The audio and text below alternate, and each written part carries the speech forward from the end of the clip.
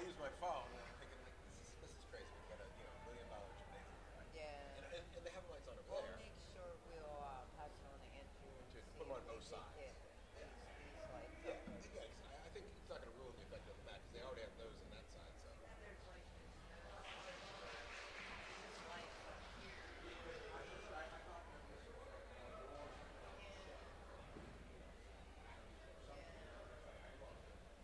yeah, you would think that they would be smart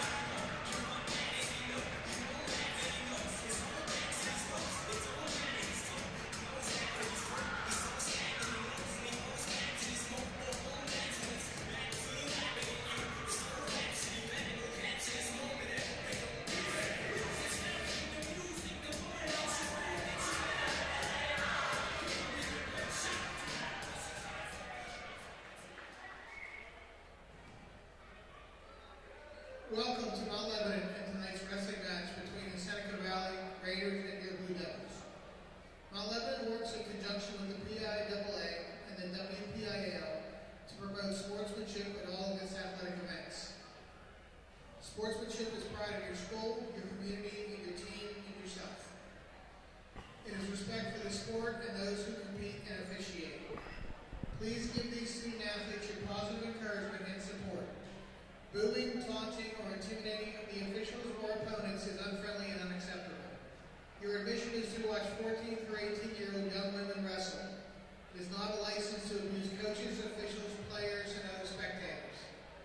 Please take personal responsibility for keeping this event at a high level of sportsmanship and fan participation. Now for the starting lineups.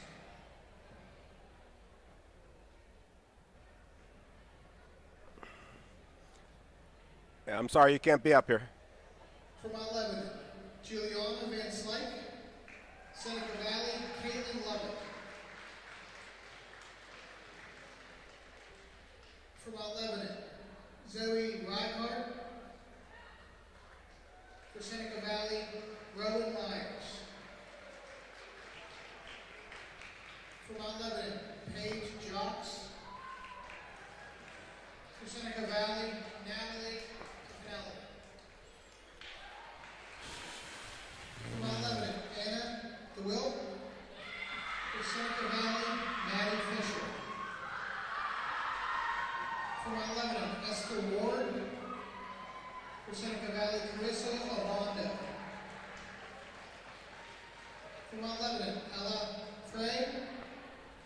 For Seneca Valley, Anna Hart. For Mount Lebanon, Claire Hightower. For Seneca Valley, Haley Hunter. You can't be here. No. For Mount Lebanon, Juanita Duke Trujillo. For Seneca Valley, Rowan Myers.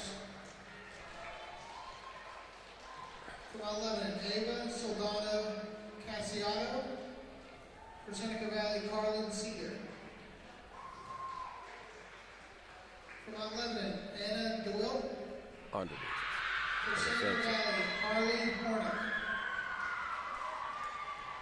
For Mount Lebanon, Esther Ward. Just go. For Seneca Valley, Hannah Hornick. For Mount Lebanon, Ella Fry. For Seneca Valley, Kenley Alexander. And for Mount Lebanon, Claire Hightower.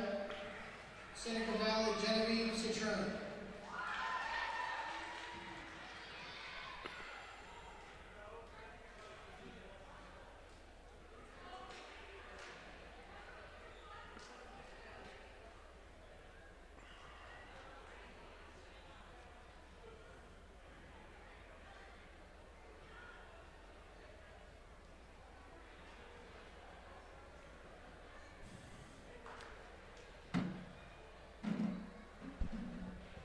So good evening and welcome to the Mount Lebanon Wrestling Home Dual Wrestling match. We are starting with the girls team tonight. I still do not have a roster for the girls team, but I'm hoping that they're going to put the names up on the scoreboard. We'll see how that goes. Periods are a minute and a half. And we already, captains have already shaken hands. So first match is about to get underway.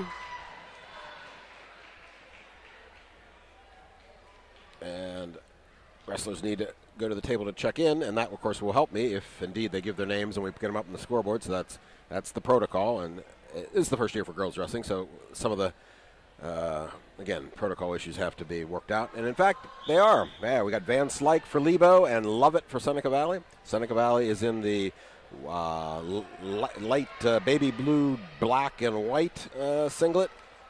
Mount Lebanon is in the traditional blue.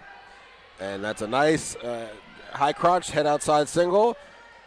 And she is, it's going to scoop the head, and she's going to get 2.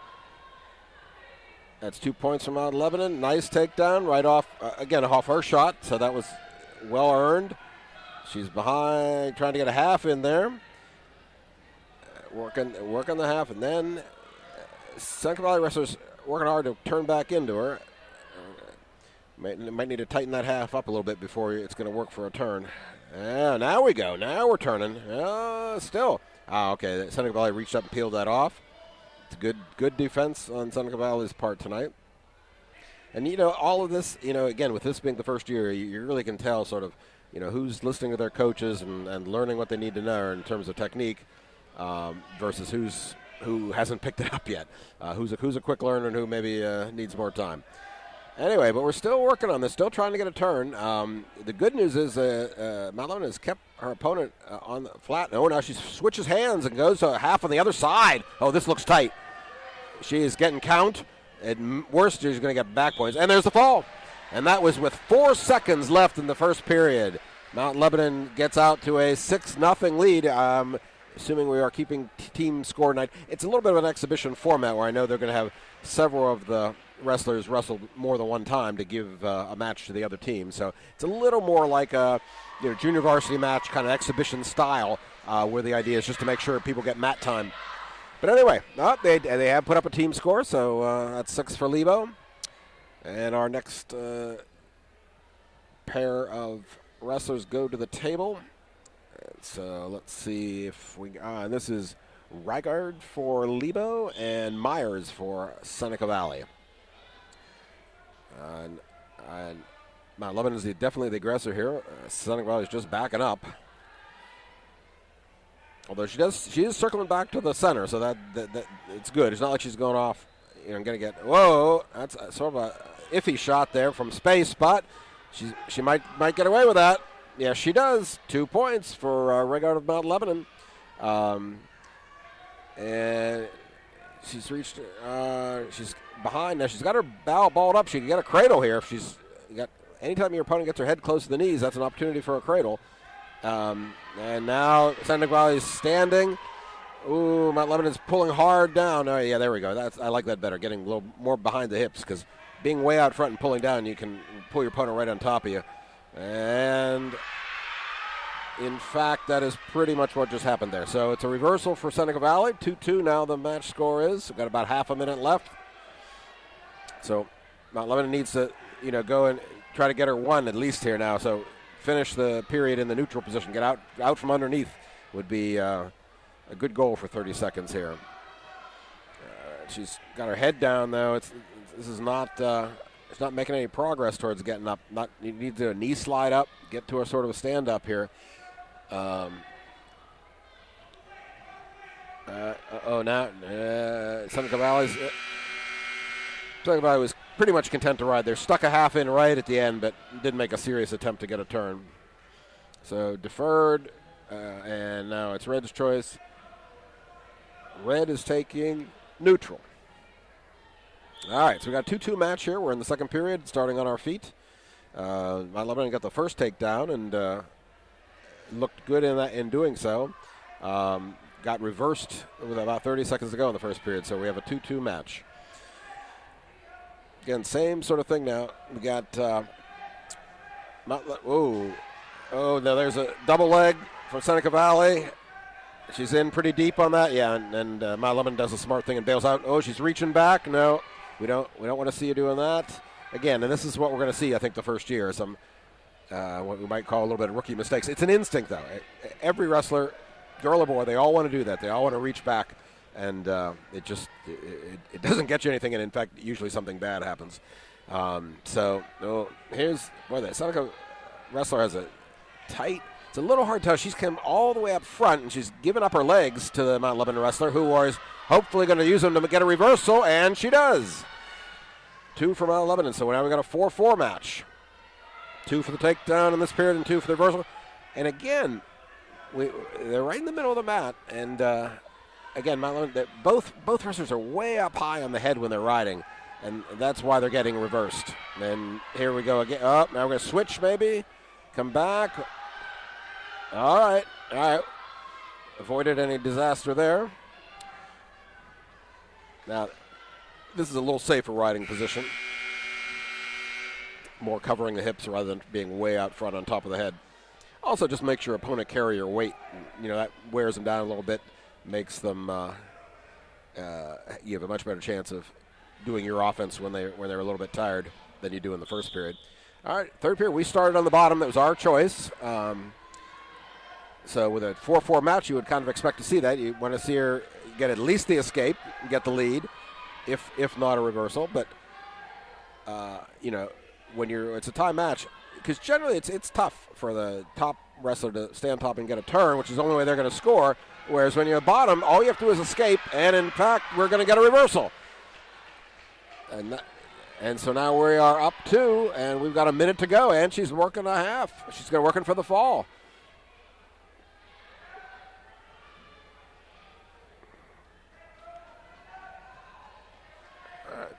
And here we go. All right, so Seneca wants to sit but just stay there, and that's really.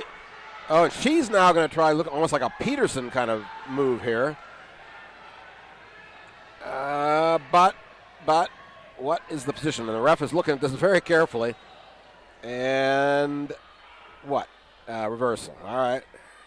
But again, she's way up front on top of the head. Oh, but she's going to cross-face. Looks like she's in position to get almost a turn there, but Mount Lebanon wisely bailed out of that. Went belly down, but now we got 12 seconds left to get this point. We might be headed for our first overtime match of the night here. And except, here we go. We got 3 seconds now to get that. That was close. Just ran out of time there. And again, I assume the rules are the same. I assume we'll be starting on our feet.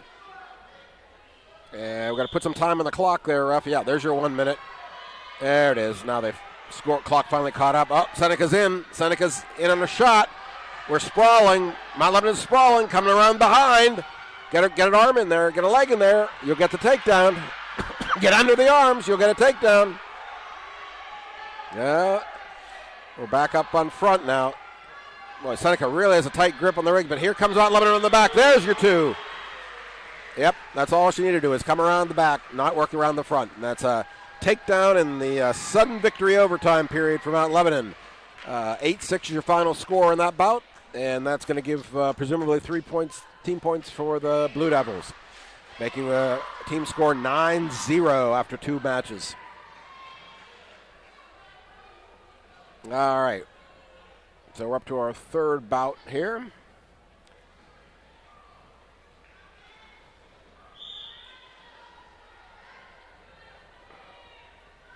I like the good low stance from the Mount Lebanon wrestler. It's hard to tell. It looks like she's giving up a little bit of weight. I don't know. I think they're just matching them up. I don't think they actually have weight class. Oh, that was slick, and she's going to get down onto a double. No, she can't get her hands locked. Now she's getting cross-faced off that leg. She's hanging on one leg. Going to get 2 legs. Can you get 2 hands on that? She does. All right, she's going to hang on there. Now pull that kind of, slide your knee up, get your head up, suck that leg in. Keep coming around. Oh, now there's Seneca gets a leg hooked over, and that's going to be the end of that. So there's 2 for Seneca Valley. Go.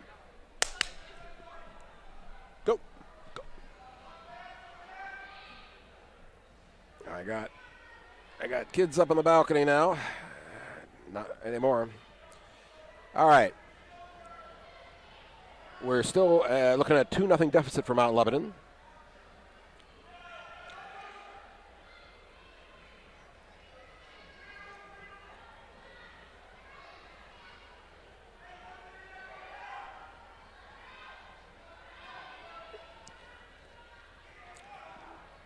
Seneca still riding hard up here. Mount Lebanon tries to sit out. Still trying to sit out. She kind of got stuck there, and then gets crossface back to her stomach.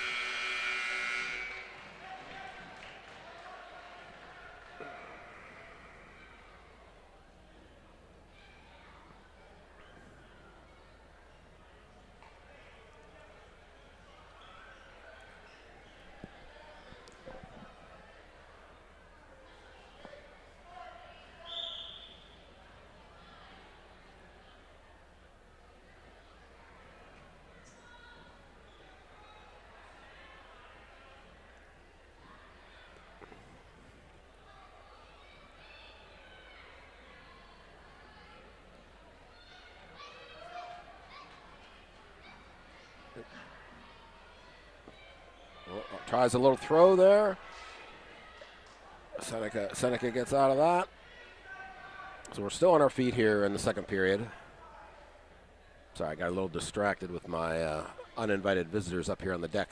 There's Seneca going in on a single, switches to a double, and she was going to get the two. That's going to make the score 4-0 now. All right, so Mount Lebanon's coming up, trying to come up. Again, she wants to reach back and hook that leg. And again, that's just instinctive, but hard to be effective. Now she's got it on the inside of the leg. Now that's better, and locks her hands. Now she has a chance, but again, Seneca has a strong crossface in there. Oh, Seneca now signaling for injury. Oh, she did learn that somewhere along the line. Ooh, I wonder what that is. Now she's wearing a kind of a compression sleeve in her elbow. Hard to tell. She's not holding anything. I hope it's not serious. I mean, she immediately the signal. For those of you who haven't watched a lot of high school wrestling, all the wrestler has to do is tell the referee, I'm injured, or even if they just yell in pain, the ref will stop the bout immediately. And then the ref's signal to the table that what's going on is injury time is he takes his index finger and he sort of twirls it in the air and to say start the clock, to wind the clock. Because the clock, there's two kinds of clocks. One is an injury clock. There's also a blood clock, which is longer. But I don't think that's what this is. I think it's injury. Now and referee signaling, he makes that X with his arms. That says we're cutting the time, meaning we've ended the injury time. We're going to go back to wrestling. All right. And we start again. Mount Lebanon on the bottom, on the downside of a 4-0 score. Still trying to turn in and get a leg. This is where we were last time when the injury time occurred. Now she's up to her feet. That's better. And she breaks free for one. And right at the buzzer. Really well done there by Mount Lebanon. I don't think they changed the names on the scoreboard, so we don't know who this is.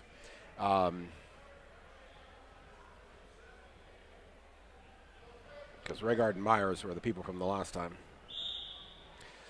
All right. Mount Lebanon's on top on the basis of that escape and starting third period. And now she's given up an escape, so it's 5-1 for Seneca Valley. We are on our feet. Mount Lebanon really needs this takedown to kind of tighten this match up here. We got 1:12 left. She was not successful in the first period in getting a takedown. So she's looking maybe for a big throw. Yes, a headlock. Oh, but she's going to get rolled. Is she going to get rolled through on the headlock? Oh, it's close. It's really close. She's on top. And she's going to get back points. That was a headlock throw. Nicely done. And a fall. That is a come-from-behind win for the Mount Lebanon Blue Devils. 6-point win, too, a fall. Excellent job, because she was losing, 5-1. Only got the one in the escape at the end of the second period, so he was way behind in that match, but that's the great thing about wrestling. I mean, if you know how to pin, you can come down from pretty much any deficit. All right, so that's the end of our third match. That was makes the score 15-0 for the Blue Devils. And the wrestlers have checked in. Now hopefully they put them up on the board this time.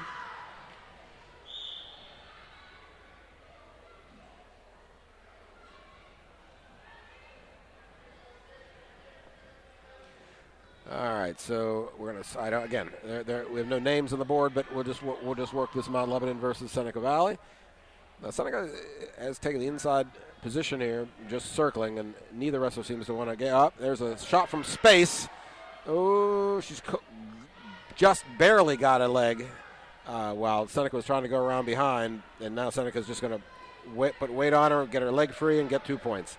Yeah, that was a ill-conceived shot there. A little too far away, and only got one hand on the leg, so you're not going to take somebody down with one hand. All right, so now Seneca's riding high up top. They're again, all Seneca wrestlers want to hang up on top, and it might be effective for keeping the Mount Lebanon wrestler on the mat, but it's not. Now this is a little better position. Yeah, riding the hips. Now trying to work under the arm there. Half Nelson in on the left. Ooh, in fact, it was almost a full Nelson there. And she's getting a turn. Oh, cranking her pretty hard. It's 15 seconds. This is a long time to be here. And there's the fall. Yeah, there's a certain point where, breaks the plane, and when it's in the half Nelson's in that deep, you need a lot more than 15 seconds to get out,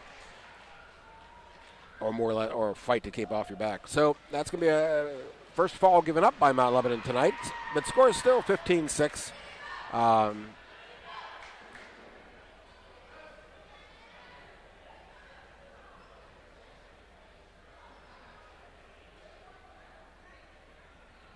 right. It's our fifth bout, if my count is correct, and we are in on a high crotch, head outside single right away, right off the whistle, and see if that aggression pays off. She's still coming as she's lost one up, and yes, 2 points. Excellent. Just got after it. And what? All right, so she's still behind. Oh, yeah. Again, this. Whoa, out of bounds.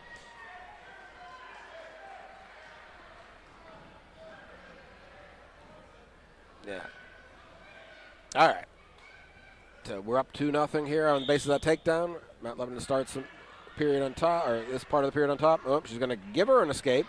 Looks like she's going to hit that same head outside single again. Got to climb up the body a little bit. She's going to get arm around the waist, and that should be 2. That should be 2. Guess she's got weight on her hands. Actually, that was even before she stood up. All right, he never signaled the 2, or at least it never got put on the board. But we know they're. Wow.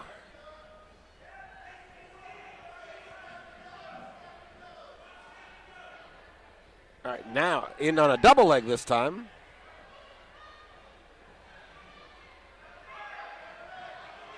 Oh, I know what the issue is. We started on top. That's why it's only an escape. It's not a takedown. But here we started neutral. This should be a takedown, I would think. Ah.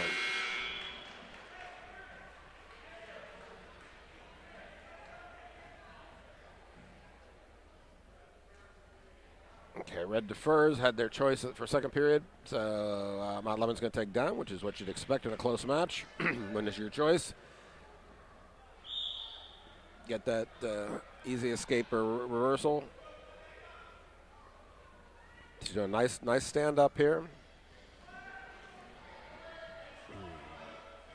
Whoop, and then turn and spin. And nicely done. Sit and turn. That was, started the stand up. Stand up wasn't getting anywhere. Quickly switched to that. Oh, that's like a fireman's carry. And she's going to get 2 from that. But I've seen her do a single, a double, fireman's carry. I mean, this is, we're getting a little takedown clinic here by the Mount Lebanon wrestler, who I'm sorry to say, they still have not put her name up on the board. Okay, here we go. Now we're trying to cradle, or no. Oh, we got the leg hooked in the back. And a half, sort of.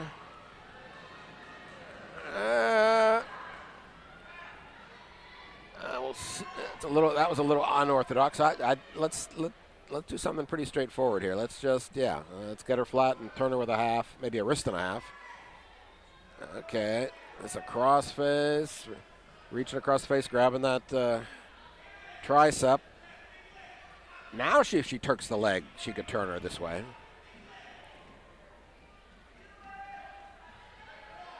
Yeah, not gonna get the leg in. Locked hands. Can't lock your hands when you're down, and you're on top when you're down on the mat. So right at the buzzer, he's going to give a technical penalty point there to Seneca Valley. Excuse me one second. You cannot be up here. Leave, please. You, go on. Right now. Don't make the fight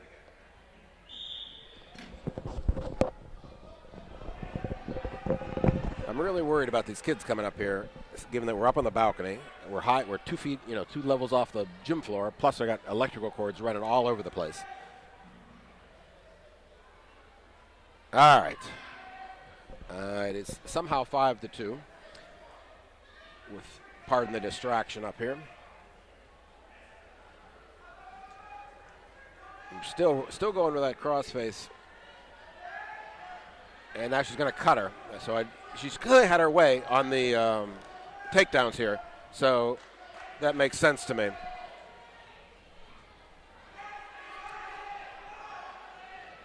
Hey, and the good news is the scoreboard's been updated.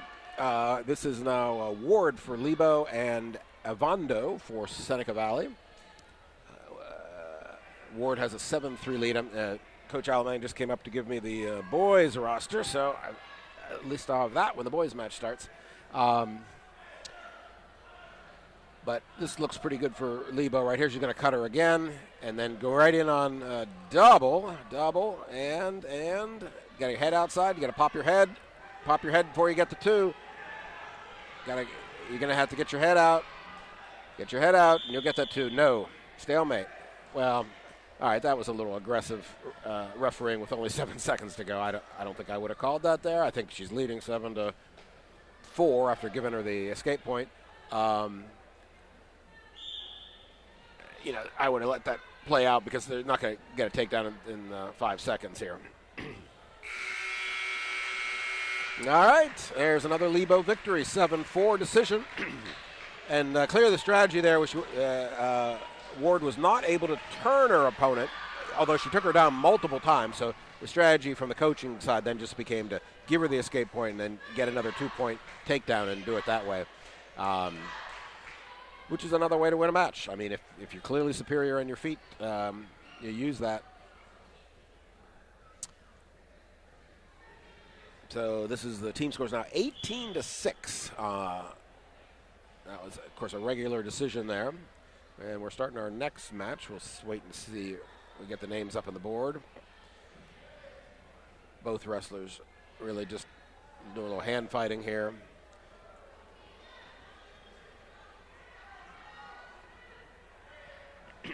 And what's this? Oh, she really just fell.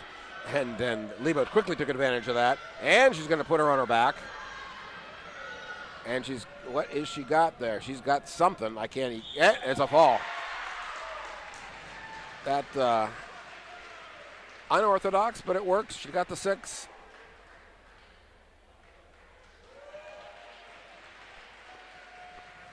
And that match was so short they didn't have time to put the names on the board. 24-6 now for Lebo.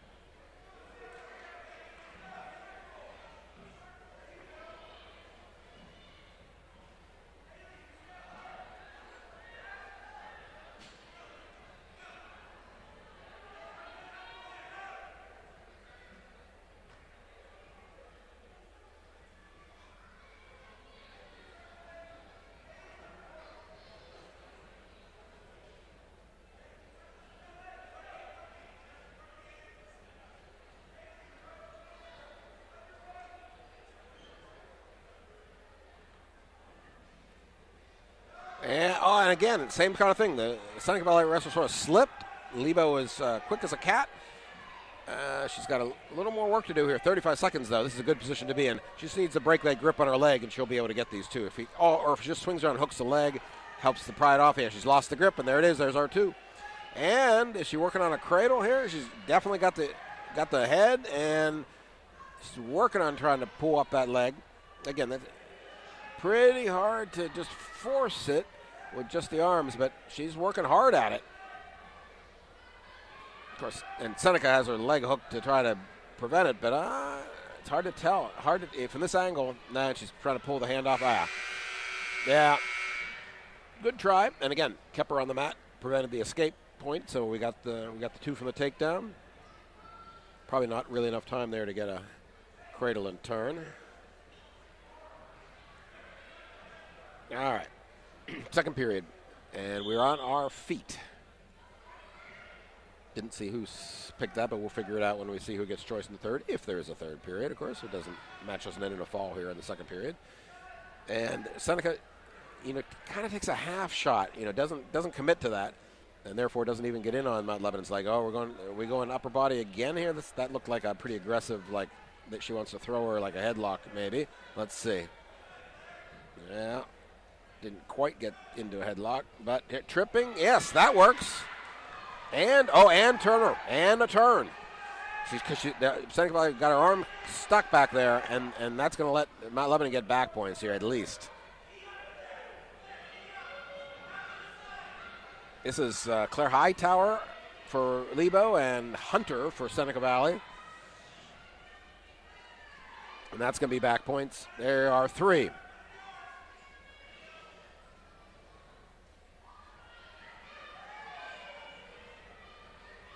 Now this is good. Now we have the scoreboard operator helping us out, working on our side here, getting the names up on the board. So that gives Claire Hightower a 7-0 lead here as we're winding down the second period. And is she going to get more back here? She's working hard on it, but Seneca wrestler Renau is really just trying not to get turned, not actually actively trying to escape or improve her position, which technically could get called for stalling, although I don't think this ref seems inclined to do that.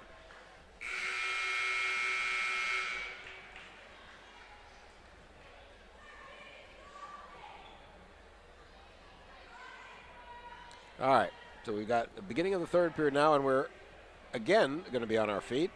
And ref wants Mount Lebanon wrestler to get back in the center.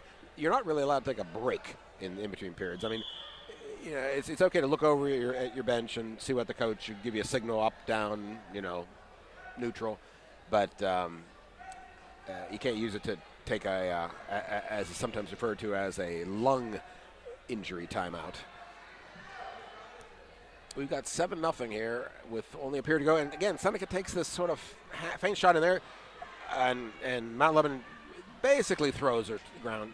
Again, a little bit of didn't do the trip this time, but just knocked her off balance. Now that makes, with the 2-point takedown, is 9-0. So major decision is certainly in the works here, if not better. We got 48 seconds to keep running up the score. But at a 9-0, any difference of 8 or more is a major decision, and that would be worth 14 points for Mount Lebanon instead of the normal 3 points for a regular decision.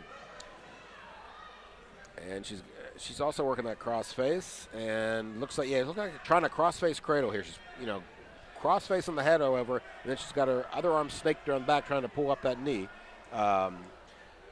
So, again, it's going to be tough, though, to do that, just to force that in from here.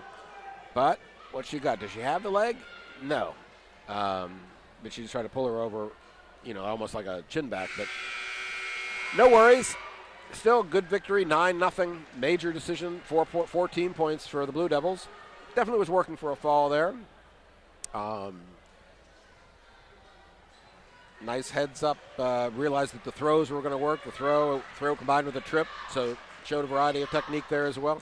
I have to say I'm impressed with the way the girls team coaches have coached these girls up in only their first year. They're showing a variety of technique, and are able to switch, and what the line that often gets told to wrestlers is, look at what your opponent's giving you, and so you have to have a variety of technique to know what they're defending against, and obviously doing something different than that. So now we're locked up in this match here.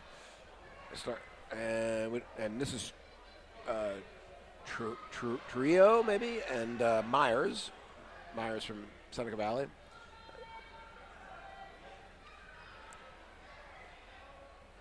About 30 seconds burned in the first period here with not too much action. Nobody's taken a shot, which is not atypical. That first period, just sort of seeing what your opponent has. And here, Seneca came in with a whoa. Two. All right. So that was a 2-point takedown, and then immediately followed with an illegal hold, which probably was a full Nelson. Yeah, so that's 2-1, but we're still on top. And Seneca's coming up, and that's a position. Yeah, you got to watch for locked hands there. Refs done a good job of coming around, being in good position, because that's a lot of good refereeing is just anticipating where the action's going to go and being in a place where you can see the thing you ought to be looking for. And so in this position, when the opponent's like coming up or not coming up, the temptation for the top wrestlers to lock their hands. So you got to be around where you can see that. Here now we're trying to get a turn. She's got the far wrist. But that's all. And so, if you get her flat and then sneak the half in there, you get wrist and a half. That would work. So she's got now. There it is. There it is. Gee, almost. Too late though. But yeah, it's exactly what I would have coached in that situation.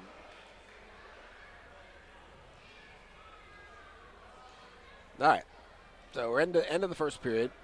And Mount Lebanon's going to go underneath with a 2-1 lead.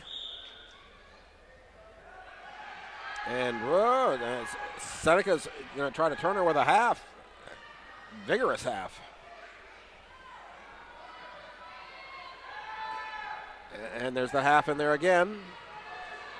Mount Lebanon needs to look that away, peel that off.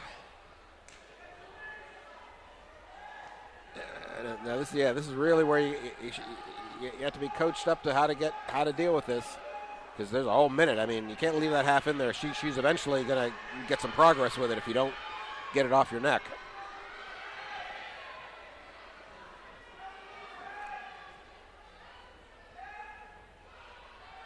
Now, Mount Lebanon wrestler's doing a good job posting her leg out. Although now, all right, and rolling through. Yeah, she's going to give her 2 there. All right, that's a quick 2, but he's in good position. The other thing people don't know is that's a silent count. The refs may, if they choose to, do a signal by waving their arm back and forth for the benefit of the crowd and the coaching. But, and here we try to come around, and we've got the reversal. But it's a silent count, so the ref knows whether it's 2 or not. But we just got 2 points there on the reversal, so we are leading 4-3 with 10 seconds to go. So let's see if we can ride her out this period, because not give her a cheap escape point here with 5 seconds left. Looks like that's going to be the case, which is good. All right. Now take us to the third period. Mount Lebanon has a 4-3 lead.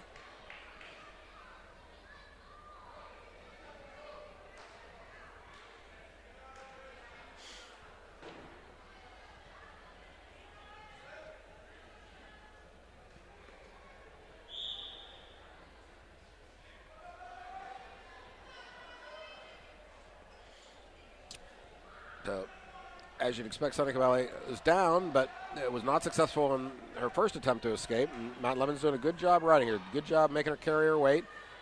She's trying to get wrist control. Seneca's snuck her legs up. Well, now we got her flat again. But yeah, for a while there, she looked like she was trying to turn up. Now we got a half in. Oh, now we're going to turn them the other way. Yeah, this could be points. Yeah, I'm liking this. And there's a fall. Yeah, Seneca right there, instead of rolling through that, tried to bridge out of it, and then it was just too tight. Mount Lebanon had a really good deep half in there. So a pin in the third period for the Blue Devils. And that'll make our score 34 for Mount Lebanon and 6 for Seneca Valley. All right. And now, we're again proceeding through the lineup by weight of some sort. Although, when they did the introductions, I thought there might be some bonus matches, like some of the wrestlers we've already seen maybe cycling back in to wrestle another opponent. So let's see if that's the case. Again, I still have no roster up here. The scoreboard says this is Casiato versus Cedar, Sedar, for Seneca. And we are locked up in the middle of the mat.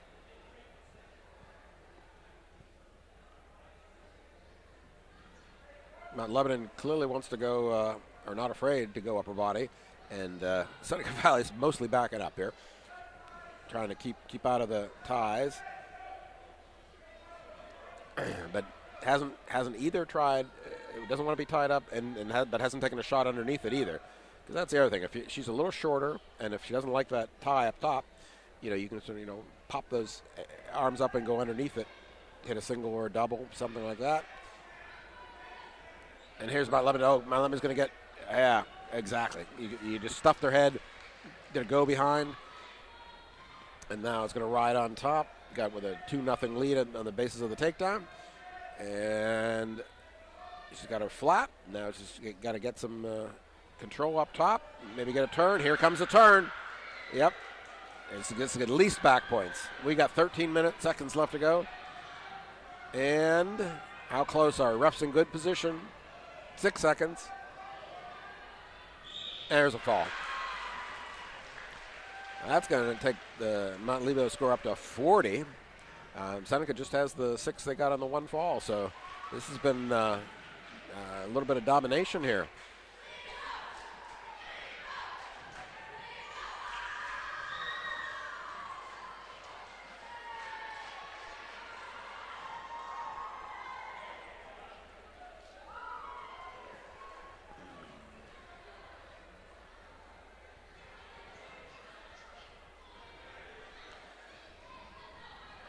All right, this is DeWilt for Lebo and Hornick for Seneca Valley.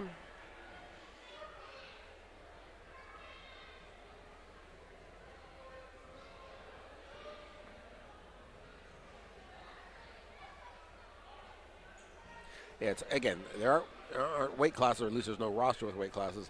And the other thing is, if they are letting wrestlers wrestle more than one match, you may not be going in strict weight order either. They may, the people who have double matches, they may have put them out first to give them a little break time to get ready for their second match. And this looks like going to be a takedown from Mount Lebanon, and it is. On the single leg. Did a nice job of converting that. And she's got her on her back now. She's got her on her back. High school rules are very close to being out of bounds, and they are out of bounds, yeah. College, all you have to have is, a pinky inside the cylinder, meaning it could be not physically in the circle, but above the circle, and you'd be still wrestling, but that's not high school. And immediately goes that crossface. She's got her flat. And they want him to reach out, pick up that leg, and again, this is be like for a Turk, but no, she's got crossface. It's like she can't quite coordinate the two. I know what the coach is trying to get her to do. She's reached back for that leg. No, I don't think that's going to happen here. Let's try something else. Oh, Seneca, nice strong stand up, and he's going to give her the one before the buzzer, which I think is fair. I think she was neutral. All right, second period. We have a 4-1 lead. Take down the 2 back points. Seneca got the 1-point escape right at the buzzer. We took down. We were up. Peel in the hands. Nice stand up. That's what I like to see. I mean, again, the instinct wrestlers, they want to sit out and try to, slide or crawl away. And much more effective to stand up. Back pressure. And there's 2 points there. I would say we have had all the takedown action going our way. And here's a cradle. Here's a cradle. This should end it. We've got a whole minute here. Let's keep that cradle locked up. we've already got, of course, backs, but he won't get award those until she releases the cradle, and she's not going to do that because she's going to go for the fall. There it is. Very strong performance there. Yeah, I mean, DeWilt did a great job there, and but again, all the girls have been in on those leg shots, and really Seneca has not really done that. And again, it's one of those things where you're new to wrestling. It always seems a little scary to go in and shoot on the legs because you tend to get off. When you're learning how to do it, you kind of get stuffed and pushed onto the mat, and it makes people a little gun shy. But you have to get past that and just learn how to finish. All right, so we are now first period here. We have a 46-6 lead, so the team score is really not in doubt. In a kind of a late double, but she's maybe no. Now we're going to just move to the single. Not in great position, but she's improving. Of course, Seneca's just cascaded over the top and grabbed a knee, but again, it's not going to get her anything, but might get her the stalemate. We'll see. He has called one stalemate so far, so he will do it. And again, this could be I think this could have been stalemate a long time ago. Each girl has one leg. They're not going to give it up. There you go. There's your stalemate.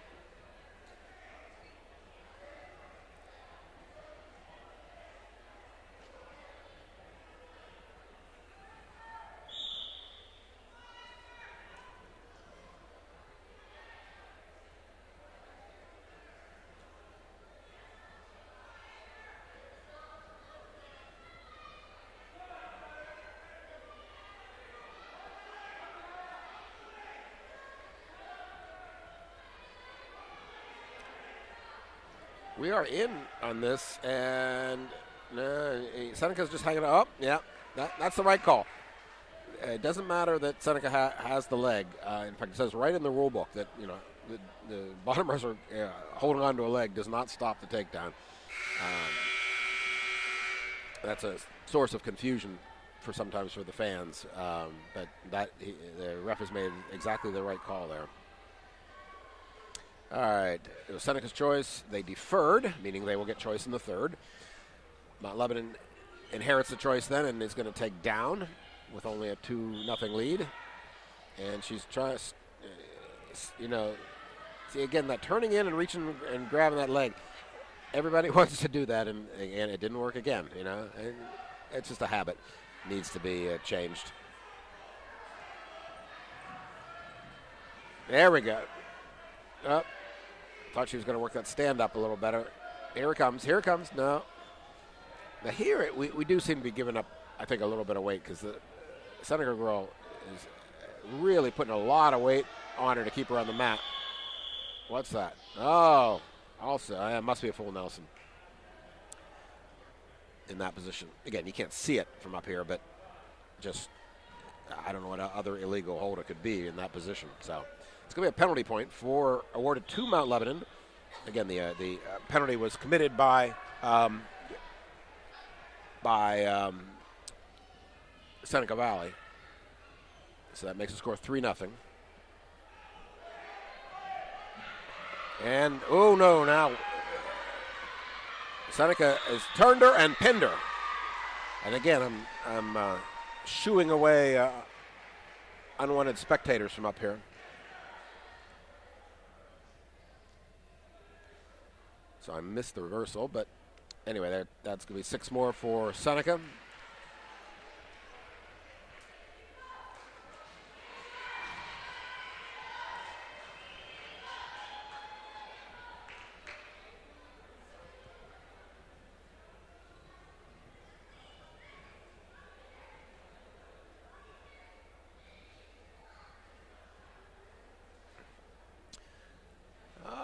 And this is Fry for Mount Lebanon and Alexander for Seneca Valley. Of course, starting on our feet. Both the wrestlers doing a good job staying inside the 10-foot circle. That's the small circle that says Blue Devil Wrestling on it. And we're locked up on top, and maybe a trip too. Oh, no, we gave that up.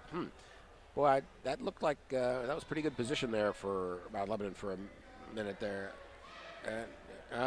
Now, actually, the Seneca coach wants his wrestler up there, and now we drop on the leg, and there's 2-point the old-fashioned way.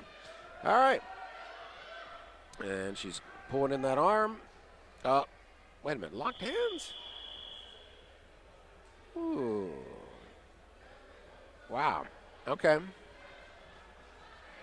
Yeah, I see it. Actually, that's a good call, and a little unusual. She must have trying to use two hands to pull that arm up, and she must have locked them over, or actually overlapped them, which is the same as locking them. So that's a penalty point for Seneca. They'll still be down, of course. Yeah, that's an unusual thing. And one thing I will give this ref some credit. You know, he's seeing a lot of stuff that he probably won't see in the varsity match that's going to follow. You know, with all these full Nelsons and locked hands and so forth. Oh, okay, very nice. Stepped over. She's got the arm hooked and got a quick 2 there. That was nicely done for her. That's going to make the score, what? 4-1?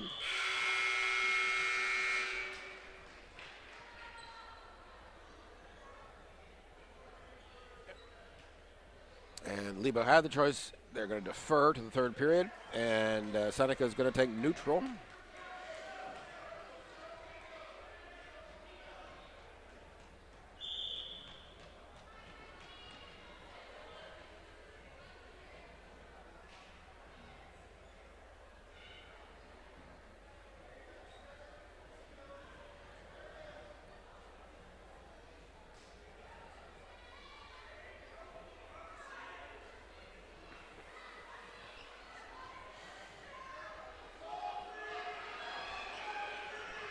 And there's a little slipped off the leg, and Seneca was able to just do a little walk behind and get there. Oh, and she's threw a half in right away. That was good chain wrestling on Seneca Valley's part, and she's turning her. Oh, this is going to be a hard one. Yeah, this Alexander did a good job from Seneca Valley. Took advantage of that situation. Got 2, and then now he's going to get probably at least 3 back points here, if not worse. All right. It looks like Fry was able to get back to her belly, so that's good.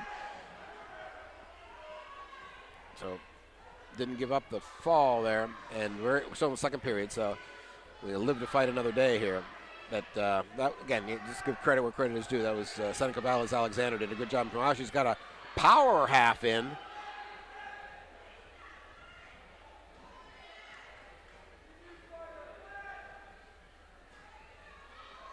Not going to be able to get anywhere with it, though. Yeah, 8 seconds here. It's going to be tough to get an escape. We might have to end this period at 6-4 Seneca. And we do. So that'll take us to the third period. And we are also going to take neutral. So each wrestler's preferred position, at least via their coaches, is the neutral position. So we'll see whose coach comes out on top of that coin flip. So pace is slowed down here a little bit. Nobody ever has as much energy in the third period as they did in the first period. But we're at the end, the bottom side of a 6-4 score, though, so we need to get this takedown to even this up. We're going high upper body now, and yeah, trying to pull down the head or jump in on the leg. No, oh, that was weird. Saved by the out of bounds there. Yeah. Dropped down on the leg and then changed the mind and tried to come back up. But by that point, the Seneca Valley wrestler had a good lock up top and was really able to toss her. But again, tossed her right out of bounds. So no harm, no foul for us. All right. So we're back on our feet here. Again, still at the wrong side of a 2-point deficit. And they're going for that same look again. Boy, this is just like deja vu here from how this was. We're stepping into it. Oh, body lock maybe? Trip? No. Yes! Whoa, that was close. That could have gone either way. But we got the 2, so we're 6-6. Now, got to keep her on the mat. Can't give her a cheap escape point here because that would be the match. Got to keep her on the mat. If not Turner. Turner, of course, is best. But at least let's end with a tie here and go into sudden victory. Keep her on the mat. 6 seconds. 3 seconds. Don't lock hands either. All right. Because that would be a sad way to lose on a locked hands penalty point. But we are tied going into sudden victory. Sudden victories always starts on your feet. 1 minute period here.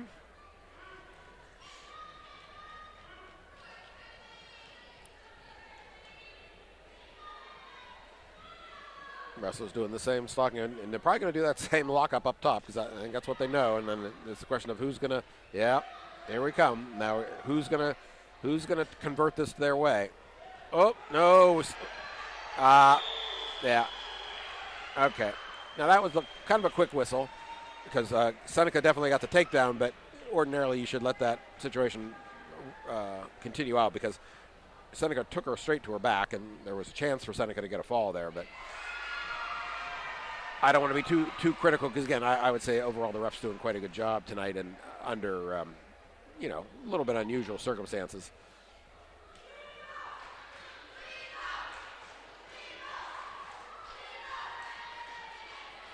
All right, another match coming up here. Wrestlers checking in at the table. Hopefully we'll get their names in a second.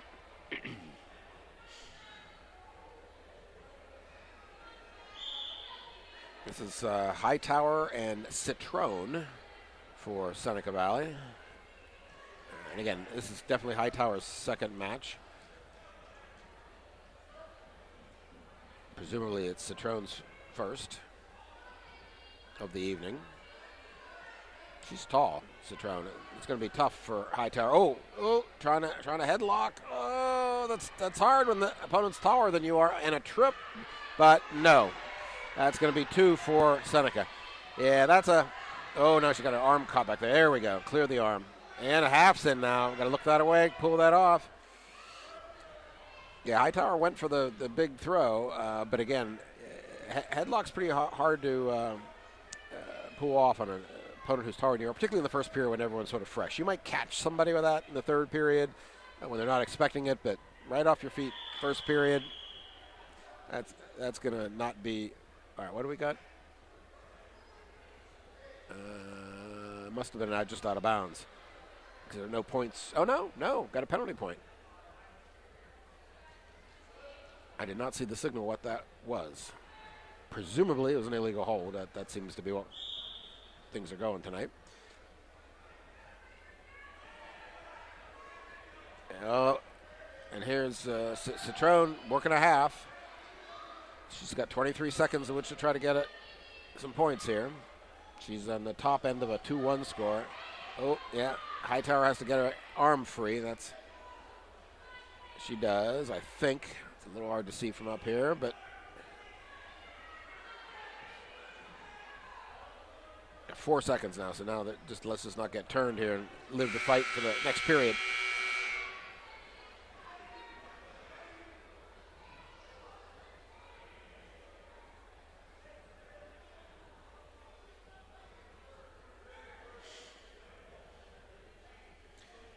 All right, it was Red's choice. They deferred. Mount Lebanon, the green home team, is taking neutral.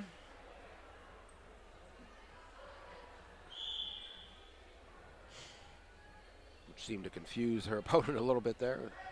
Didn't understand she could be a neutral a second time. Oh, here we're trying the headlock again, and that's no. Now the Citrone drops on the leg. Oh, but Hightower fends that off. Really. Oh, here we go again up top and trying to headlock once more. And she's going to get out of it again. Really, given that Hightower is the shorter wrestler, I'd really like to see her stay out of that headlock and go for a single or double leg here. Because the Mount Lebanon wrestlers have been really effective with singles and double legs tonight. Whereas Seneca has not, frankly. So that seems to be where we have the coaching advantage or the practice advantage. And again, also with the difference in height, I think that would be the way to go here. Anyway, we are on the bad end of a 2-1 score. The one is the penalty point earned, and the 2 points was the takedown by Seneca. Hightower with a little shove away there. Let's not wait. Yep. Whoa. In. And a trip. And. Oh, no. Yes. He's got her hand around the back. Oh, boy. She's just pulling her right on top of her, though. And now we got. Whoa. Again, locked hands.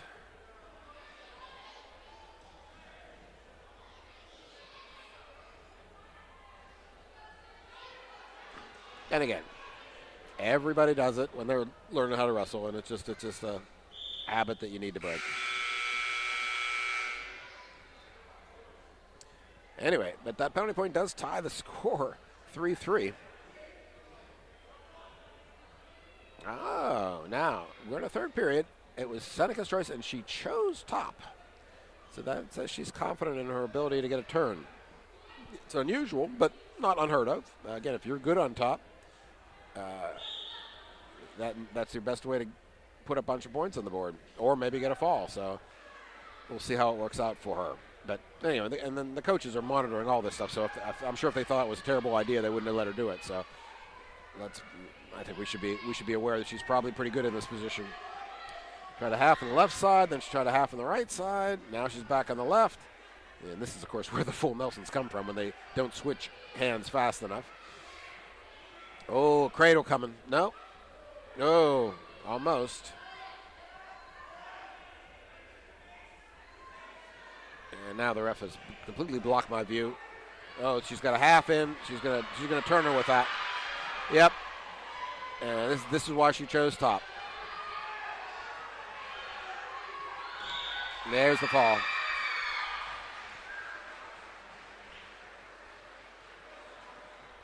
And she's the one out of gas, and she's the one that just won the match. So, and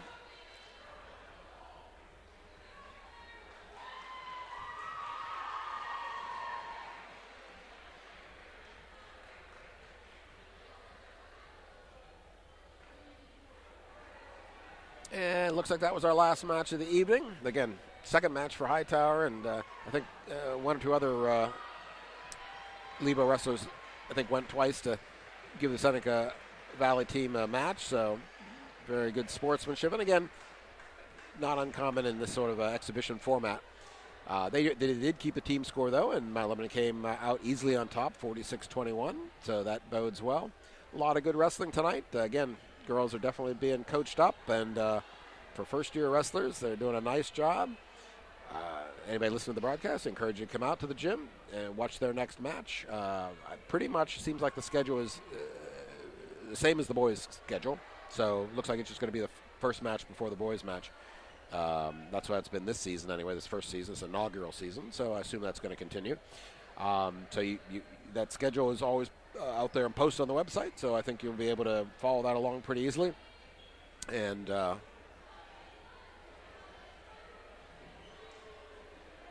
now we're going to be shifting over here to the boys. The only difference you're going to notice, boys' periods are going to be 2 minutes. Girls are using it a minute and a half periods. So these matches will be 6 minutes long, assuming they go the distance, versus 4.5. And 4.5, that's more like the boys' junior high periods are a minute and a half. So that seems to be the rules they've adopted.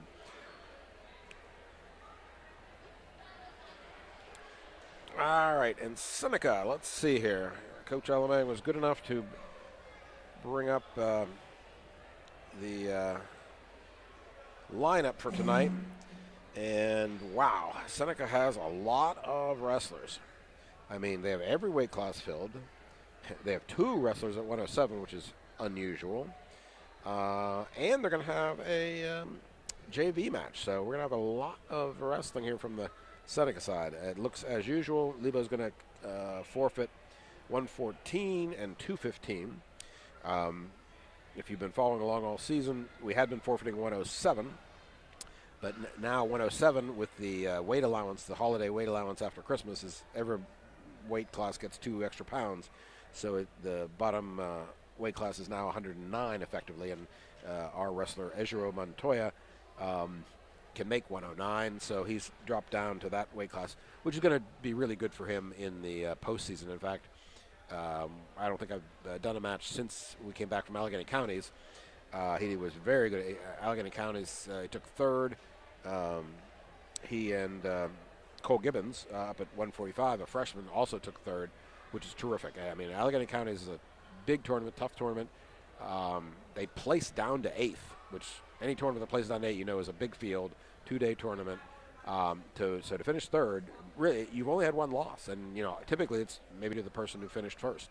I know I did have a chance to follow that, and Ejiro, I know, lost in the semis to a wrestler from Plum. Very, very close match, and could have gone either way. So they definitely are having a great season. Oh, also, Ben Lloyd also placed at Counties, if I remember correctly. He's our 285-pounder. And again, only a sophomore, so lots of more good wrestling coming from this trio. We only have 3 seniors on the roster. So we're not losing much to graduation for next season, and we just need to pick up a few more wrestlers to fill in these holes, because you can't have an effective dual team and be giving up 2 weight classes every match. I mean, it's basically giving up 12 points before the thing even starts, and 12 points is a lot. I mean, that's 2 falls. So, which is why the scoring works that way. I mean, they want to encourage coaches, obviously, to put kids out on the mat, even if they think, they might be a little, underdogs. But the penalty for not sending them out is 6 points, so send your wrestler out. Worst thing can happen is they get pinned and they lose 6 points, and if they do anything better than that, you're ahead of the game. So all the incentives are in the right direction for the coaches to put the athletes out on the mat, and which is, of course, why you're doing the sport in the first place. Only occasionally some of these coaches, I think, lose sight of that. So looking down at the roster, and I do not know yet what weight class we'll be starting on, but we'll find that out pretty soon.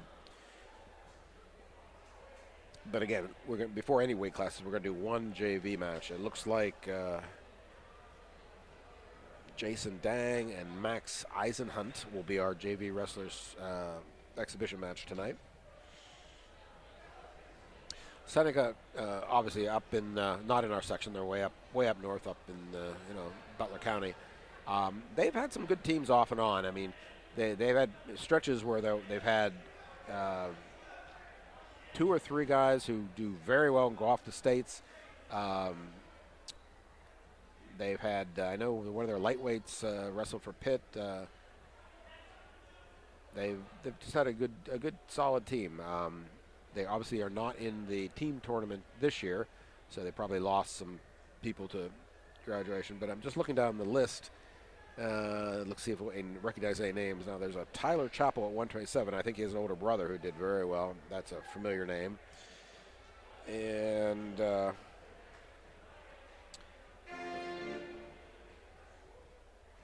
I see where our JV match comes from. See, it's the one weight where both teams have more than one wrestler, so that makes sense. And at this point in the season, we're not playing any games about, oh, gee, who am I going to send out or anything like that. I mean, they're going to probably wrestle this pretty much straight up. No point. Again, with giving up the 12-point handicap, the team score is usually not in doubt. And this way it gives everyone a chance to wrestle the JV match, which otherwise you wouldn't be able to do if you were, again, trying to keep it a secret mystery as to who is going to go out. And I don't recognize the other names other than Chappell. But Chappell's definitely one of the Seneca Valley wrestling families. Seneca, again, not in our section. I wouldn't say it's a particularly big rivalry or anything, but they used to have a tournament, early season tournament, small tournament, like an 8-man bracket, one-day tournament, and the team used to go up to that regularly, and they did a nice job of the tournament. And it was a nice small tournament, up and back in a day. It wasn't You know, he didn't have to weigh in twice and do all that, and make two bus trips from Lebanon up to Butler County. So it was a good setup. We've now switched, and the beginning season tournament, they go out to Gateway for that opening season tournament, which is a bigger tournament and draws in a lot of people. You know, Monroeville draws in a lot of people from Westmoreland County, teams from that section. So that's also been a nice opportunity for our kids to wrestle some kids that they're otherwise never going to see, because we're going to obviously see people down here in these southern sections. In fact, it's kind of interesting. You know, the tides come and the tides go. A number of years ago, you know, all the top teams were coming out of Westmoreland County. I mean, Franklin Regional was a powerhouse. They sent a number of wrestlers to Division I schools, and you still can see on TV, if you tune in the Big Ten Network, you see Spencer Lee wrestling for Iowa. He came out of that Franklin Regional program. They had some other wrestlers go out to Arizona and places. They were just a powerhouse. But they were surrounded by teams that are good out there. I mean, Kiski area has always been good. Latrobe often has a lot of good people. The Pletcher kids came out of Latrobe. Let's see who else is out there. Norwin would occasionally have, you know, some stars, but Norwin had a tough time with the teams just because they were in that really tough section with the other ones. But that was how that broke out. And now Westmoreland County is a little off. They're not having the same kind of strength. And the strength in wrestling in the Whitfield has shifted to the south. You've got Waynesburg, a returning champion, doing very well. They're one of the semifinalists for tomorrow's team match. Cannon Mac is also rebuilt again, of course, and they're a semifinalist. So a little more power is shifted back to the south, which is always, you know, traditionally, you have teams like Cannon Mac and Waynesburg and Trinity and so forth. I mean, it's always been one of the hotbeds within the Whitfield. But again, tides come and tides go. So Seneca's now finished their warm-up. We're in the dog pile. So I'm expecting any moment here now for some warm-up music, and you'll see your Blue Devils come out. And, they put the board up, so that says we are going to be starting tonight up at 285 with the big boys. It's going to be Ben Lloyd, a sophomore, for the Blue Devils, and Roman Royal for the Seneca Valley Raiders. I don't have any class listed on here. Ordinarily, you think of heavyweights as being upperclassmen, but, you know, Ben Lloyd's an exception to that. He's only a sophomore, but he's already, you know, shot past the 215 mark. And here come your Blue Devils.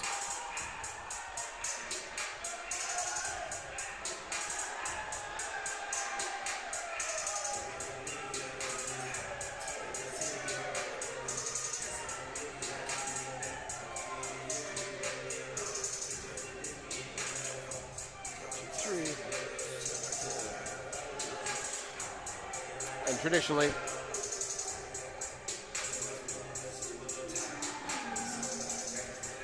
as a home team, they've already done their warm-up down in the wrestling room downstairs. So that was just a little celebratory, get the blood pumping a little bit.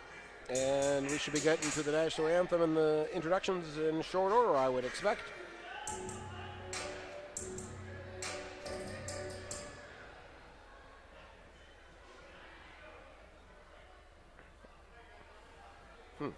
Well, this is interesting. We're going to have a different referee for the boys' match. So that other referee was only doing the girls' match, which is surprising because usually when they double things up, either with junior high or girls wrestling or something before the varsity match, JV or whatever, they usually use the same ref. So that's interesting. Here's our JV match. This must be Max Eisenhunt for the Seneca Valley Raiders, Jason Dank for your Blue Devils. Dang is a sophomore, and they are at 172 pounds.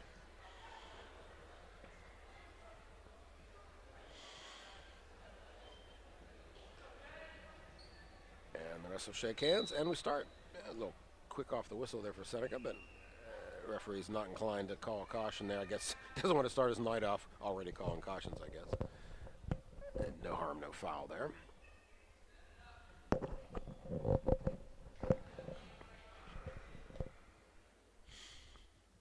both wrestlers satisfied with getting into a tight tie up top.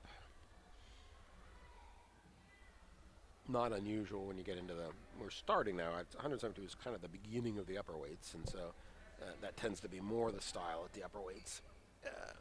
Again, if you've listened to this broadcast before, you know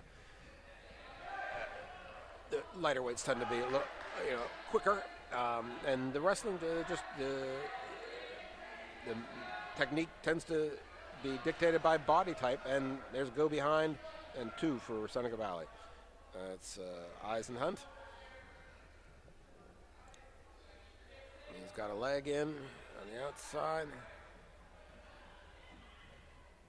Coach trying to get him to get a power half, and let's see.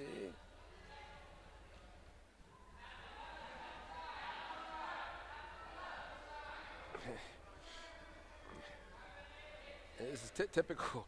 Coaches are yelling, and the wrestlers, of course, literally has his hands full, and then they're trying to get him to get a half on the other side, and then they're saying half left side, and you can just see the wrestler going, let's see, left, that's this side, and now he's got armbar in the left, and then half on the right. Yeah, and he's getting back points, he's turning him.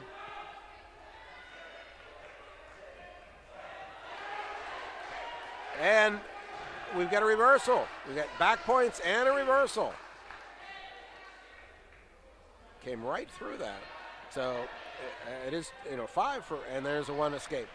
That was not only a great job of not getting pinned, but get 2 points in the process. Now, of course, he had to give up the escape, so it's 6-2. But again, live to fight another day.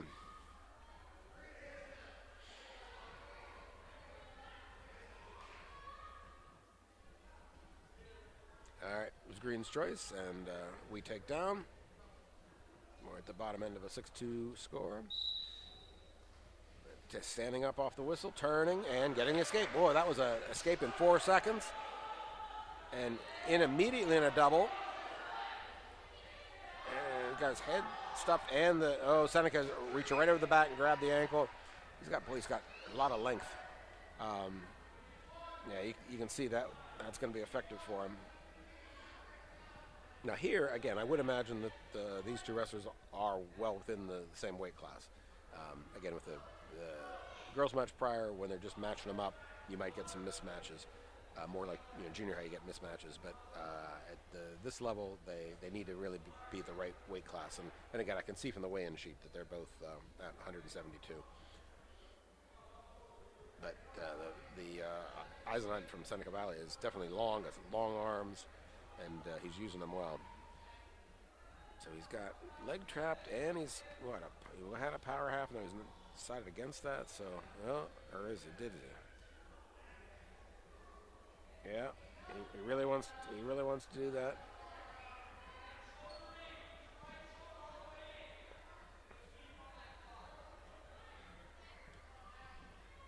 Jason's doing a good job of defending himself here, but the Seneca has got good position. He's making him carry a lot of weight. And there's the power half. But no, he's up. All right. So I think we see what the strategy is going to be here. So what Jason's going to have to do is beat the whistle. He's going to have to get up to his feet right away, because if he gets trapped underneath all that weight, and then this Seneca wrestler's good position, and I think he's a good rider. So we need to get up and out. There we go. There's just quick stand up, peel the hands. Excellent. Gosh, it's like I put the idea in his head and he heard me. All right, 8-4 now. That was a little bit of a not too good attempt there from far away. And again, see the Seneca wrestler, he's draped over the back and hooks that ankle with his hand, and then that's the end of that. And there he comes around. Yeah, that's the same way we got taken down in the other period, and particularly bad news because we run out of time from our escape. So that's going to make the score 10-4. Start of the third period, Seneca will take down. So here's our chance. We need to keep him on the mat and put him on his back. Oop, oh, there's a caution. Again, different ref, though.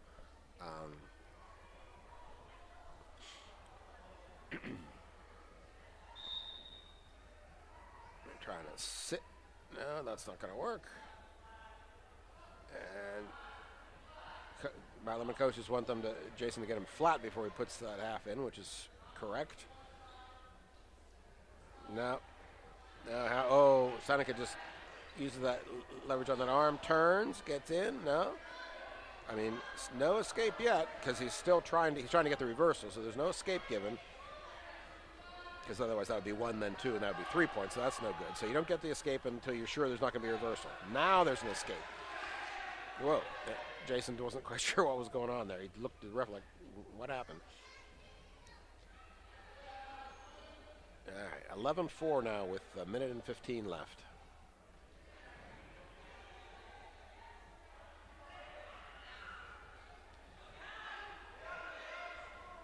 And it's the same problem of getting caught underneath because shooting too far away with no setup. And this we've already seen. This is a bad position because Seneca likes this position. See, there he comes, right around the back. Didn't even bother to drape over and grab the ankle this time. Yeah, that double leg was not going to work that way, like against this wrestler.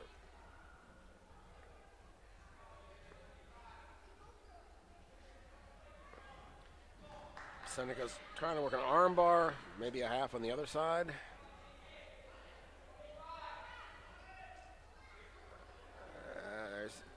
We're up to our knees. That's good. Off our belly. Here we come. Up. Here we come. He's out. Almost. Oh.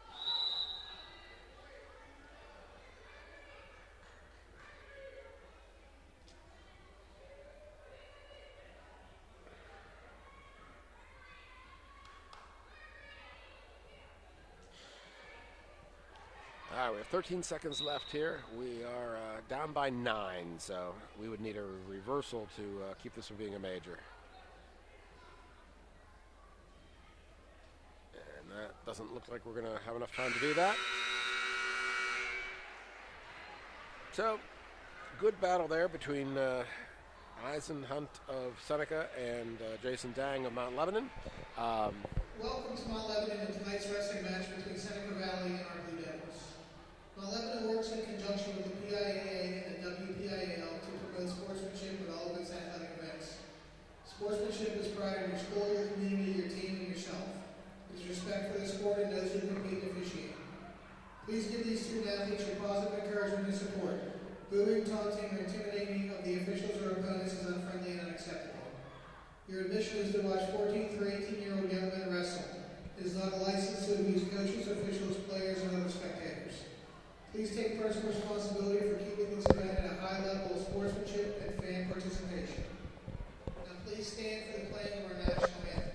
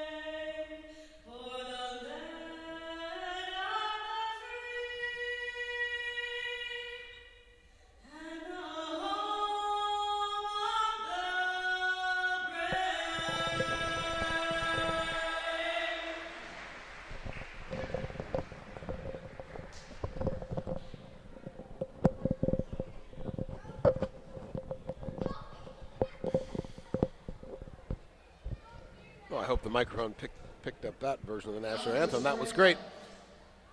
Big voice there. At 1:07, for Mount Lebanon, Ezra Montoya. For Seneca Valley, Hunter Tillotson or Vincent Garostov.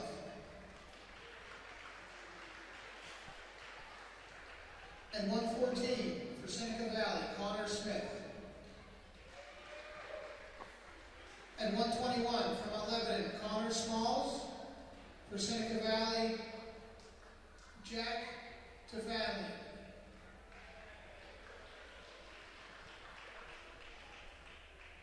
At 127 for Mount Lebanon, Peter Kale. For Seneca Valley, Tyler Chapel. At 133 for Mount Lebanon, Franco Ujalaki or Clayton Smith. For Seneca Valley, Zach Hill. At 139 for Mount Lebanon, Joe Gamble or Ben Mars. For Seneca Valley, Brody Pert. At 145 for Mount Lebanon, Cole Gibbons or Pedro Cabasu Farias. For Seneca Valley, Angel Cristo or Tegan Lady. At 152 for Mount Lebanon, Zach Bramoff or Farquan Amir.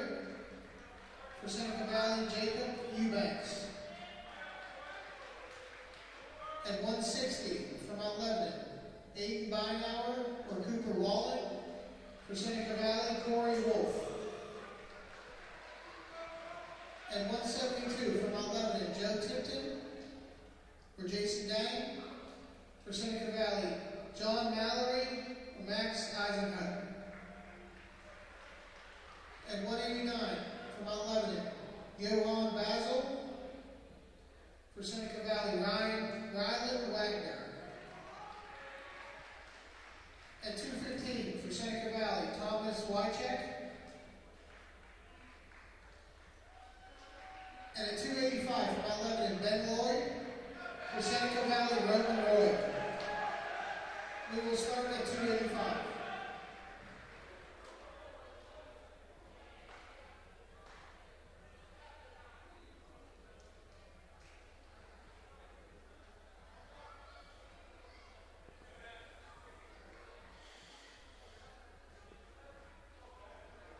All right, so we are now starting the varsity match with the coin flip, and it's green. Green, I think he said they're taking odd. We'll find out on the first match.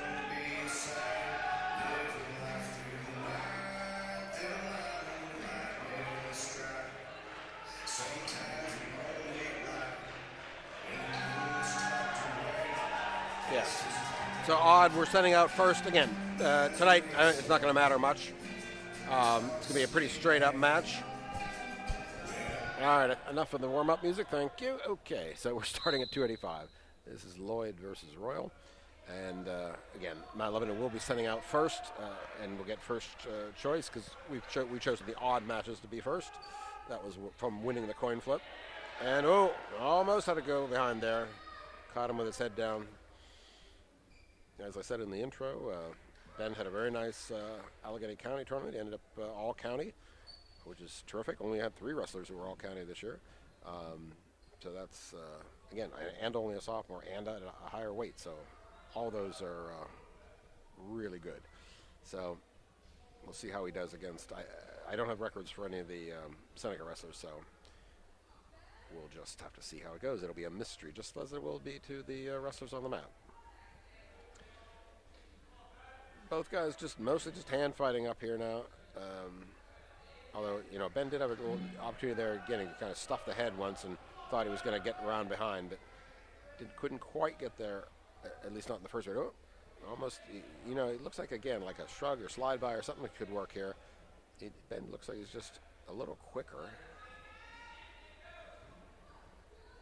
And what you don't know in these at this weight, there's such a disparity because the next weight class down is 215 and the max here is 285, and typically high school boys do not weigh 285, so you got a 70-pound difference, and you don't know where the wrestler appears in that. They could be just a little too much over 215, or they could be close to 285. So you can't get. It's the only weight class really where you can get some disparities. But it doesn't appear to be the case here tonight. I mean, it looks like Ben giving up a little bit of weight here, but I don't think it's going to hurt him. So far, he looks to be the more athletic.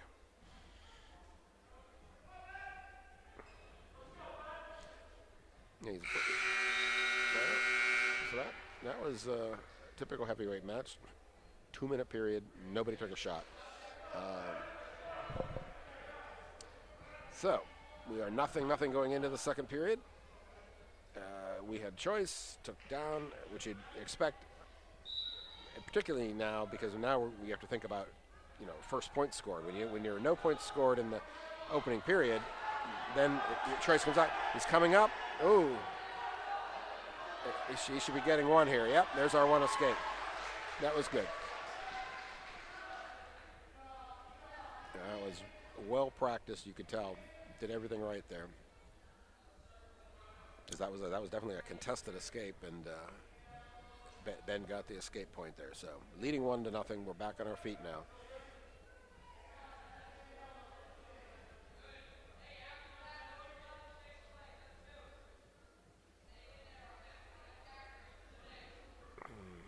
Seneca coaches want their wrestler to chain wrestle a little bit, fake the head and, drop for a leg, but neither wrestler has made any motion towards taking a leg, so we'll see. Every time Ben breaks out of that, I always think he's going to just, throw him by or something and use that to his advantage. He may be setting that up for a later period.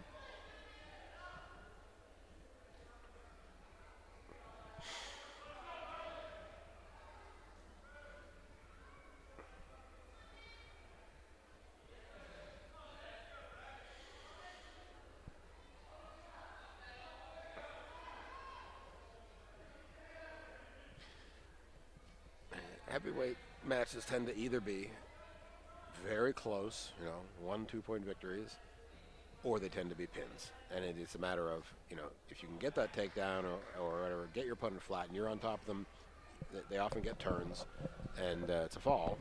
But, of course, first you have to get them on the mat. You have to get that takedown. And sometimes those seem hard to come by at this weight.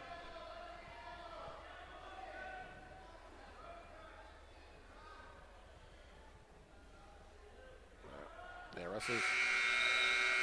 Well, just head-to-head there. So, again, we got the escape point, but now we have to prevent the Seneca wrestler from doing the same thing and getting an escape point, because otherwise we're just back on our feet again. He's got a big man stand up, kind of a quad, 2 legs, 2 arms stand up, and he gets it to his feet, and Ben needs to return him. And he does. That was good, because, boy, he was very close to getting the escape there. Ben took him back down. Now, again, need to wear him down a bit here. Get him off his base, knock him off his base, and get him flat.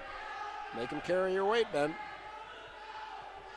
Oh, now he's up to that stand-up again. Or we're very close to the out-of-bounds line. Maybe a front trip, whereas even if you don't successfully, you go out of bounds. There's a stall for not trying to return him. That's a good call. And again, the first one is just a warning, so there are no points associated with that call. But, yeah, Ben needs to be showing some. There we go.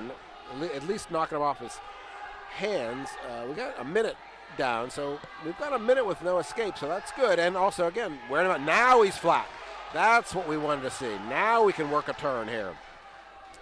Half Nelson, arm bar, something. Looks like he's got wrist control on the left. Now he's going to sneak a half up there. But mostly, like I said, he's got him flat and he's riding him hard.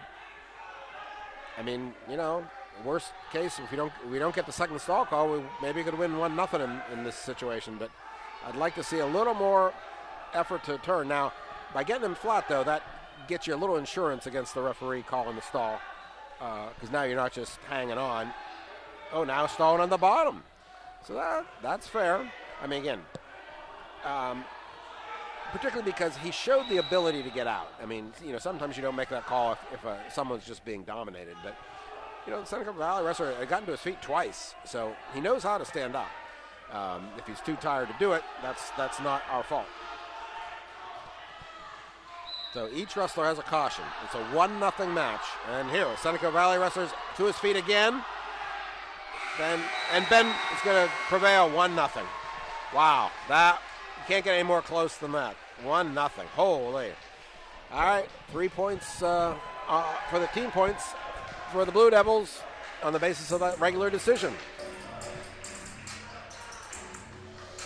So, not many points scored there, but the outcome was the one we wanted, so we have a 3-0 lead. Now we go wrap all around to the bottom weight class, 107 now, of course 109 after the holidays. This is Ezra Montoya. He's one of the standouts for the Blue Devils this season. Again, finished third in the Allegheny Counties, which is, and he's in on the shot, boom. And that's the way you finish a shot. Just you shoot right through, they say right through the man. Is the expression, and we got to turn him over. We got a half in there. Yep, we're getting backs. Oh, this is tight. He's not going to last a minute 30 down here. There it is. That's a fall, comes at 33 seconds of the first period. And that's going to be 6 for the Blue Devils. So it gets us off to a quick 9-0 lead, although we're going to give away 6 coming right up now because we don't have anyone in the next weight class.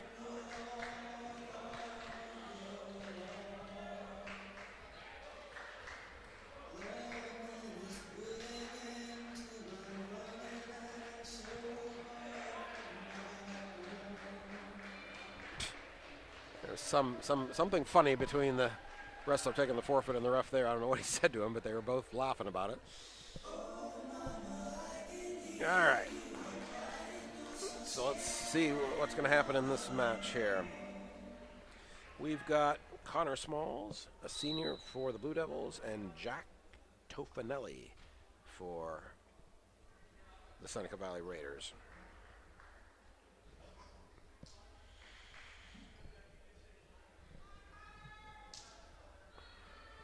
Again, Connor's one of only 3 seniors in this lineup. So he's winding down his high school career. In fact, we only have one home match after this, which is a Saturday afternoon match, if I remember the schedule. So, and that'll probably be senior night, I would expect. Last home match of the season is pretty much always senior night.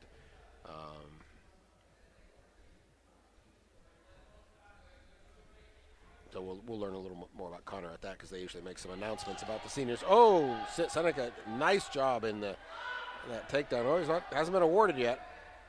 But, boy, he was deep. There's the 2. Now he's awarded.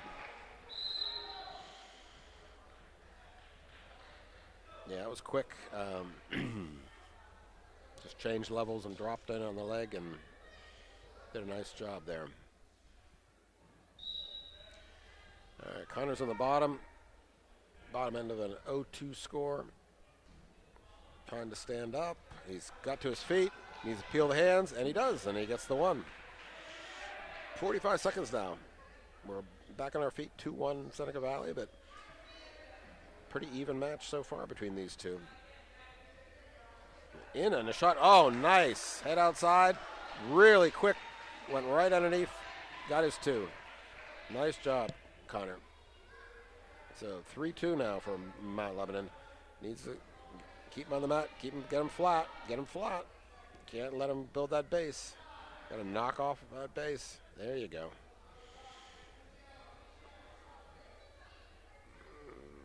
Yeah, reach across. There you go. Well, Coach Alamang, crossface, reaching across the face, grabbing the far elbow, so he can't use that to prop himself up. All right. That's a good way to finish the period on top. 3-2. Doesn't give him the escape point. And we got blood time.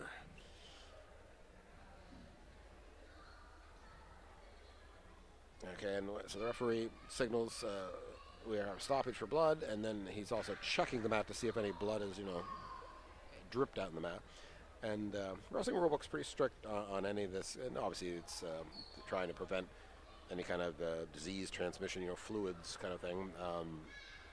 You don't want somebody rolling around in somebody else's blood on the mat. Not usually not copious amounts. It's almost always a nosebleed. No, in fact, they've stopped it. So now this is just cleanup. So not a lot of blood. Occasionally you get a long tournament, 2-day tournament. Someone might get cuts around the face from cross faces and so forth, above the eyebrow or something, and sometimes those are a little harder to deal with, and especially when you're wrestling 5, 6, 7 matches across a couple days. That usually in a duel, if anything, it's maybe a nosebleed. All right, so we're done with the blood time. They need to clear the clock on that. Switch that over. Here we go. Now we did. Seneca's on top and is going to race Connor pretty much out of bounds. There we go.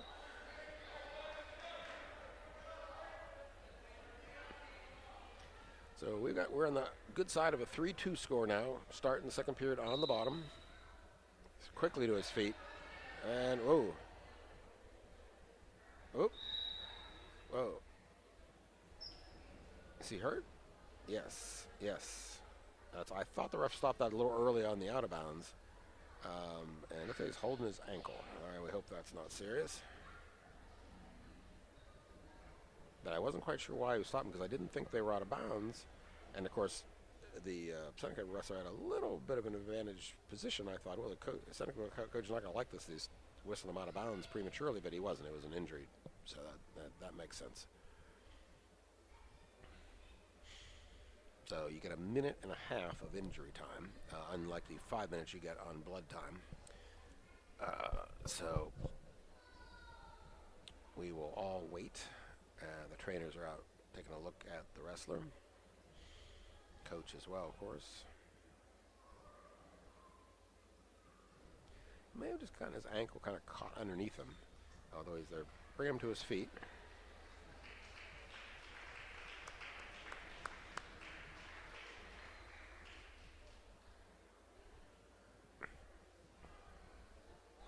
Testing it out, see if we can put weight on it, because he needs to be able to put weight on it if he's going to wrestle. There we go. All right. Looks like he's game, ready to go. Also very impressed. Nice sportsmanship there from the Seneca wrestler, shaking his hand. Obviously didn't intend to hurt him. Things just happen. You get, arms and legs caught underneath you, and stuff happens. But hopefully not too serious. He seems like he's ready to go. So we got a minute and a half here. Connor needs to build his base and get back out.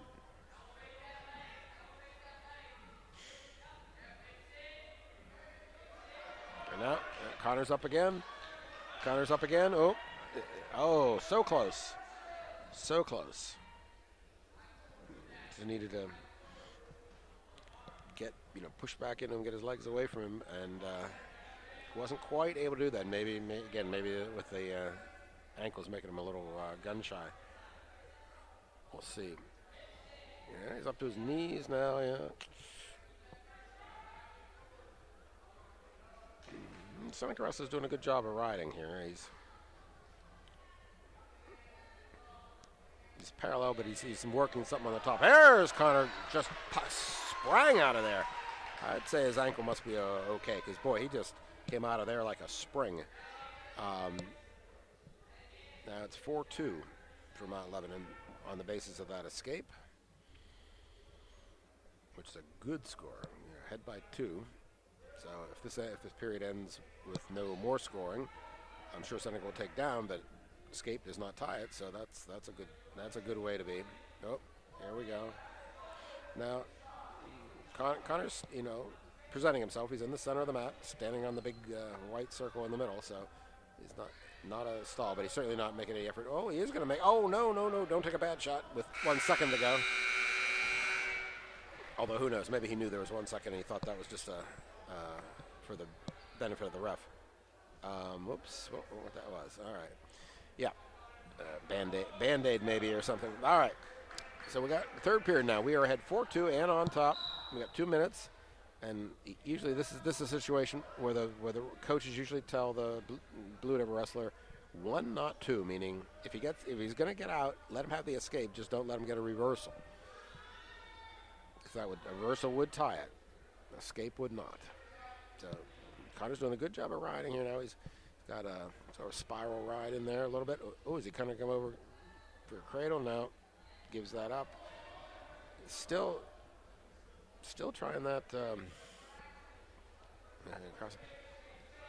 Seneca wrestlers, it's gotten a good job of getting to his knees, but he hasn't been able to get past that. And Connor's done a good job of keeping that far arm controlled. In fact, here, maybe he can get bundles here or something.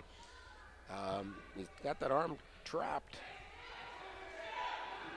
Yep, okay, and then, yeah, now gets back. Oh, now he's looking for a cradle. No, not going to work that.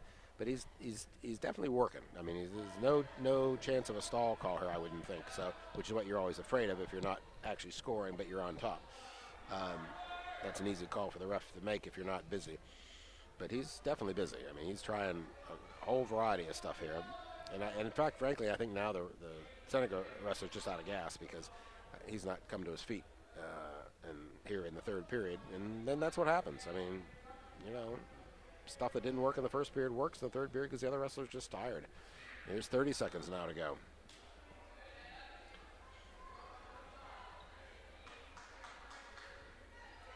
Yeah, Connor's a little high. Again, they got to think 1, not 2 here. 17 seconds. 4-2. Yep. Stay behind. Stay under the arms. Under the arms. There you go. Under the arms. There you go. Good job, Connor. All right. Close match, 4-2.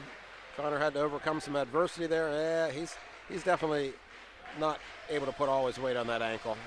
So we know why he didn't take neutral. Yeah.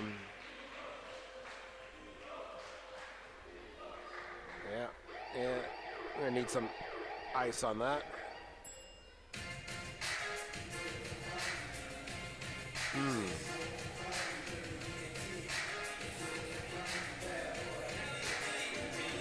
All right.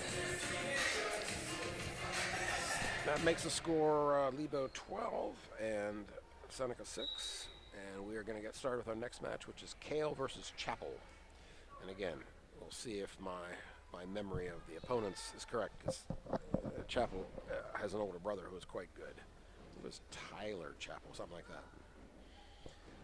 So, Mount Lebanon's Kale may have his hands full with this wrestler. We'll see. Yeah. Chapel's in on a leg. First a single, switch to a double. Kale's draped across the top. Drops down, trying to hang on to the leg. He's going to get cross-faced off of that, though. He's only got one hand. He's going to bail out. And there's going to be 2. And now Chapel's going to try to go to work on top.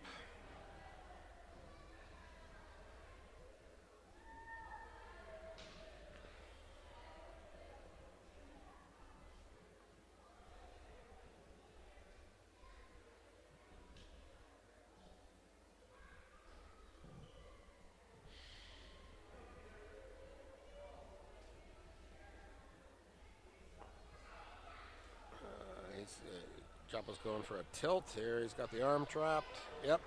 And he's going to turn him. He's got him. He's going to give him the 2. That was it was quick. It was quick. I mean, he definitely rolled him over, but I don't know if he held him there for the full 2 seconds. But nonetheless, the referee's in better position than I am. And again, as I said before, it's a silent count. So, oh no, he stacked him up in a cradle though. This is a problem. We got 19 seconds and a fall.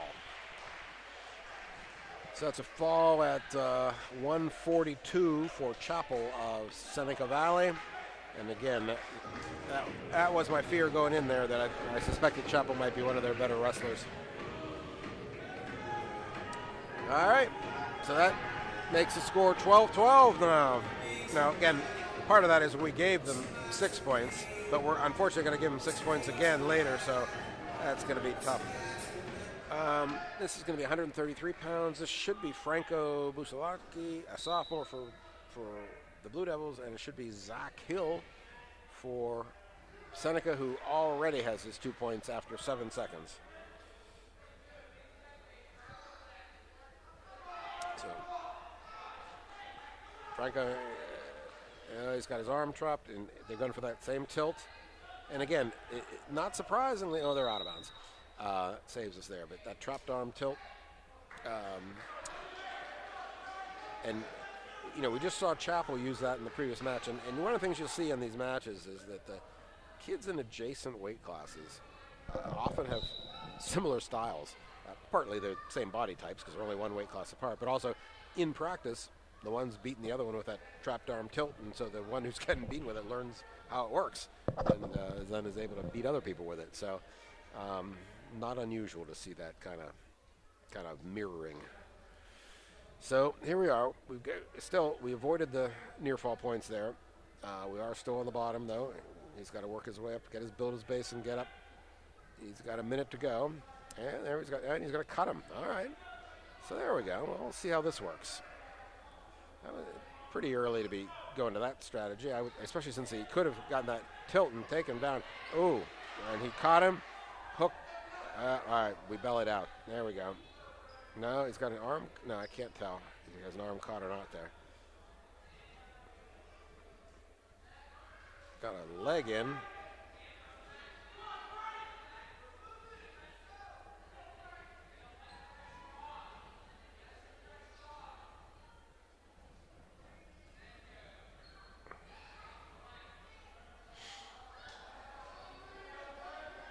Stalling Green. Probably justified there. He's flat in his stomach, not building the base.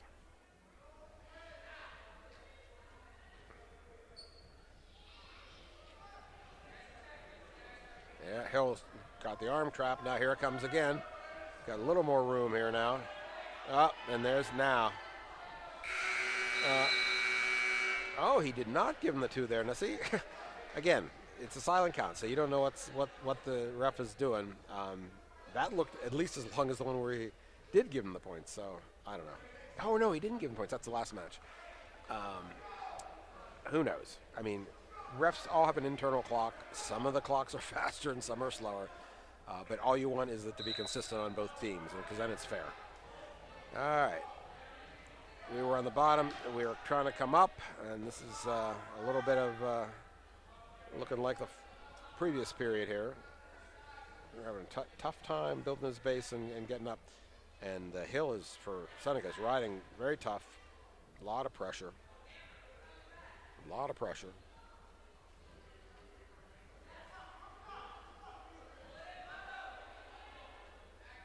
Yeah, this is going to be, he's got the forearm trapped, and yeah, he's going to try bundles maybe, or no, he gives that up. Thought he that looked dangerous for us. I'm glad he gave that up. We are right on the edge, so it's going to be, and I assume that was a stalemate. He didn't give the signal, but it had to be a stalemate. I don't think they were out of bounds, but maybe they were. But in that situation, I think they tend to call, where it could be a stalemate, I think they tend to call out of bounds a little quicker. He's not giving him, I thought he was going to give him that, and no. All right. Now he's just an optional start. You're allowed to just give him the escape, but sometimes people prefer to do that optional start and then try to work something off of it, which is exactly what he did here, although, has he picked up a leg? Yes, he has. That's a cradle. Okay, that's what he was looking for. Spinning around to the front and picking up the cradle, as opposed to having to take him down to do this. So that's a strategy.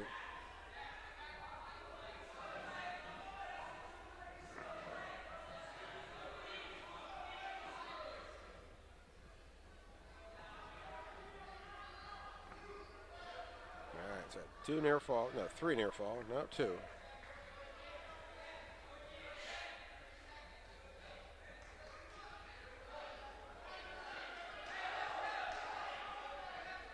But, okay, now the trick is not to walk into it here, because you know he's coming for you. He let you go, so you got to just defend yourself in this position, not get taken down right before the buzzer. 8 seconds. You got to square up, keep squared up, square up, square up, square up.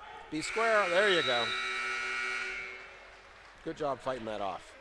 Only 6'2" now. And Hill from Seneca Valley, I mean, he's had his way here. He's a good wrestler. But score's only 6'2". I mean, that's a minor victory after 2 periods.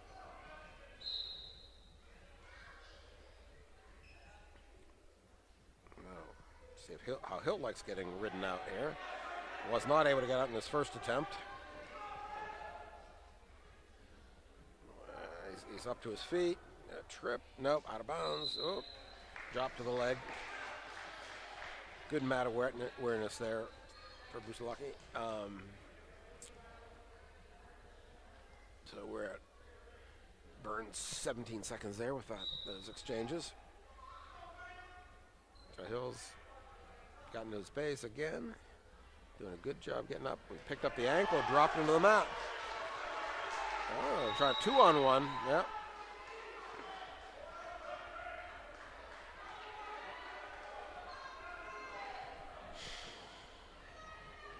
So he's ridden him for half a minute already. This is terrific. He's going to switch sides.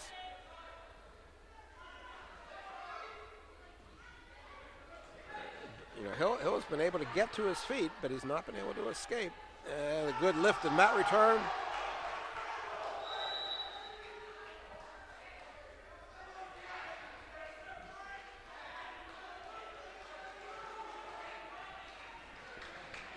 We got a nice little crowd here tonight, and Frank has some. That's a caution. What's the problem here? Not covering the elbow. He has switched sides, and which is fine. You're allowed to do that, and in fact, it's a good strategy. But you got to have a legal position on whichever side you're in.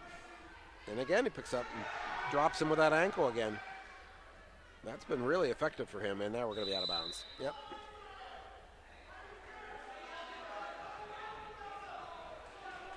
People are yelling for stalling, but they don't know what they're talking about. Red has been very active. He's gotten to his feet 4 or 5 times. Busalaki's just been able to drop down with his long arms, pull that ankle up, and just, return him. So, which is, all good. Good on the bottom and good on the top. I mean, can't complain about this wrestling. He is riding really tough. I'm really impressed with this because given that he got ridden in the first period, I did not expect he was going to be so strong in the top position, but he is definitely having his way on the top. Now he's got leg in and maybe power half or something here. Definitely arch, and Hill is holding on to his hand, so that could be called stalling, Red. If you can grab the arm, but you got to do something with it. If you're just hanging on it just to keep from getting turned, that's stalling. Doesn't get called a lot in high school, but it could be. All right, now we're trying hard on this turn. 5 seconds here.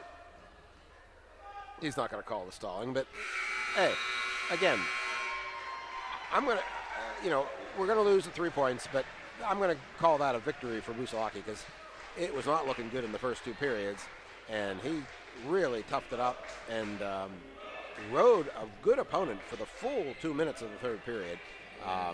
And again, different ref, you might even get a stall point in there somewhere. So that was a good job there. Good, tough performance there. And we'll see who we have coming up next. And this should be Joe Gamble for the Blue Devils and Brody Pirt, P-I-R-T, for Seneca.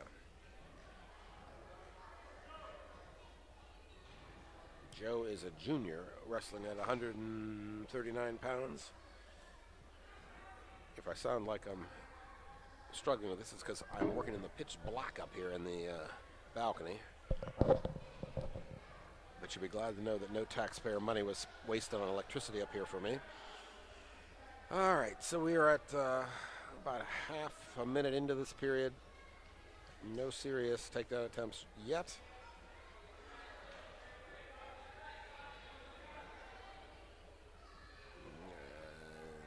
Seneca wrestler looks like he just wants to wait for a mistake rather than doing anything on his own, which sometimes some wrestlers will let people get away with that. Some won't. And now he's got short offense. No. Joe got his head out of that. A little fake there. Yeah, I mean, the Seneca wrestler is just waiting. I mean, not even, tying up. I mean, he is just, all he wants is to kind of catch him underneath with a, short offense, headlock, something like that.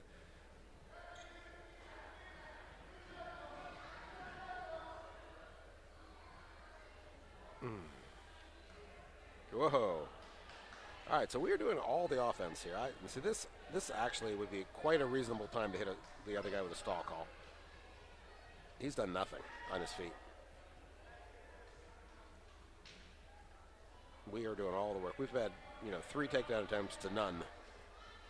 And there's one more. Leg up in the air. Trip. Good. All right. With 4 seconds left, Joe Gamble gets his takedown, and justice was served because Joe did all the work in that match. But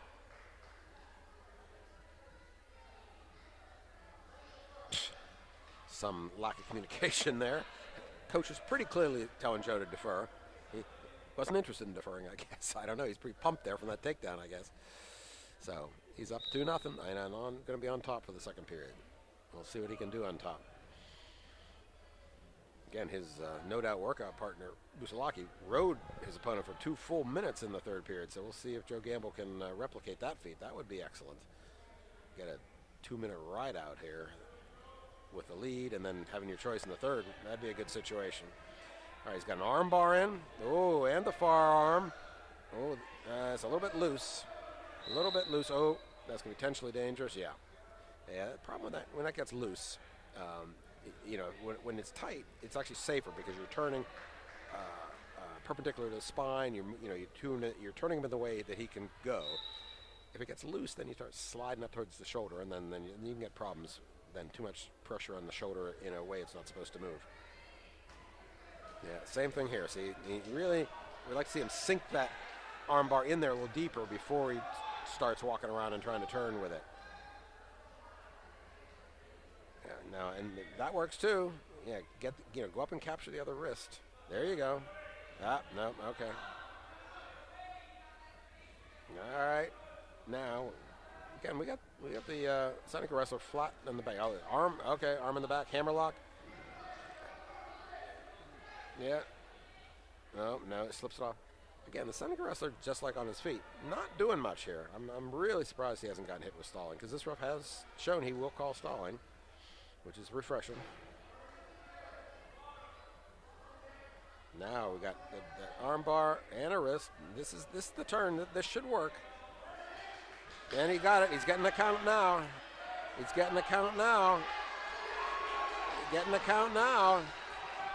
Got 23 seconds. Maybe shift over to a headlock, maybe. Yep. There's a fall. Go again. As I said before, justice was served because Joe Gamble did all the wrestling in that match, and his opponent did none. So that's going to give Lebo a 18-15 lead. Let's see who we have coming up next.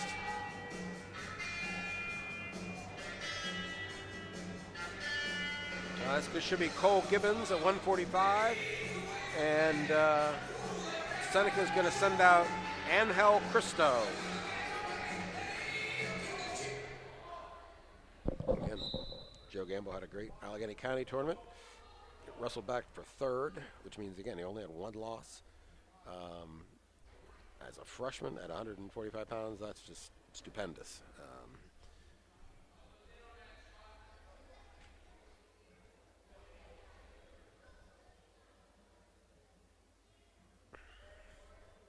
Working a 2-on-1 there, or some kind of Russian tie. Now he's kind of a swing single there now, picking the leg up. Pushing him over. Yep, just running him over. Yep, 2 points.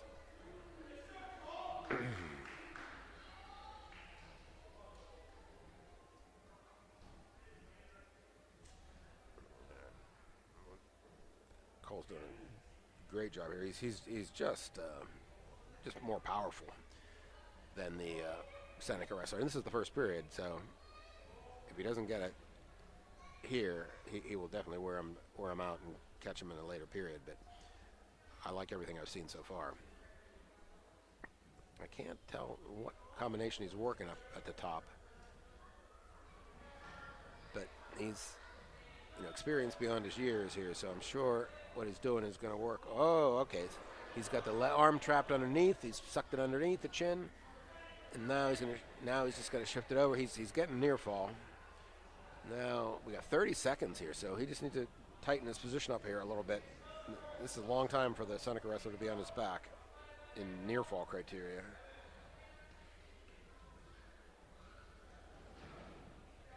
I think the problem is the arm is stuck in there. It's helping the Seneca wrestler.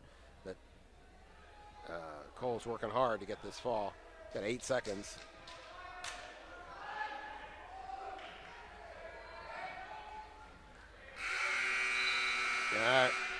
Literally saved by the bell. So we're just going to get the 3 near fall. But again, I expect that took some starch out of him there. Red choice. Red defers. Green takes down. Again, having watched him, have his way on the top, that might be the odd place where you take the top and just try to force your will on him and turn him. But let's get some work in here. Let's get the quick escape and a takedown, and then turn him. There's a quick escape. 4 seconds to get that escape. Making the score 6-0. So now takedown. In fact, maybe feet to back. Oh. Dramatic shot there by the Seneca wrestler. Not going to work. And he's going to, two, and then going to chin him back now. All right, now we're up top. That's a little bit of an aggressive crossface there, but within the rules.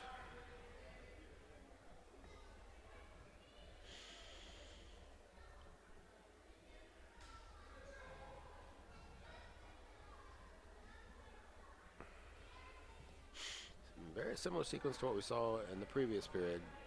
He's up front. Now he's going to cut him. All right. Well, that's not what I expected, but all right. We've got a minute to go here. Plenty of time to get another takedown. Especially since he's had all the takedown action going his way. Although Seneca did take a sort of desperate-looking double leg shot, so it isn't like he's afraid.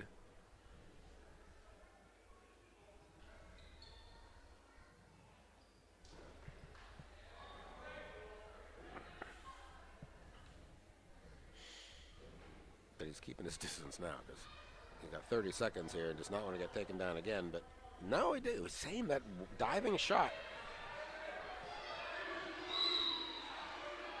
He's going to give him a 2 there. Right? Kept his feet in bounds. Could have gone either way there. But he was the aggressor, and I like to see the close calls going to the aggressive wrestler. I think that's a good philosophy to have if you're going to referee. Calls up quickly. This guy's leg caught, though. Up, peel, turn, move. There you go. All right, 9-3 now. No time left, really, but maybe. Double leg. Get your head up. 2, yes. Oh, he got that takedown in like 6 seconds. Oh, but literally did not have enough time to get the points, though. So now it's 11-3 going into the third period. We had our choice, and we took down. All right, they are taking neutral. They're just trying to avoid the fall here because they know if he goes on the mat, he's going to get turned in 2 minutes because he's, again, I think tired now. So Cole he's got 2 minutes to work with, but he's got to take him down first, so he can't be too patient here. We got to get after it a little bit, I think, because so far, with the exception of that one takedown there, he's had his way with the Seneca wrestler. Yep. Seneca wrestler just walked into a takedown, bails, and we got the leg turk. Now, Cole needs to work the turn. He's got a minute 18.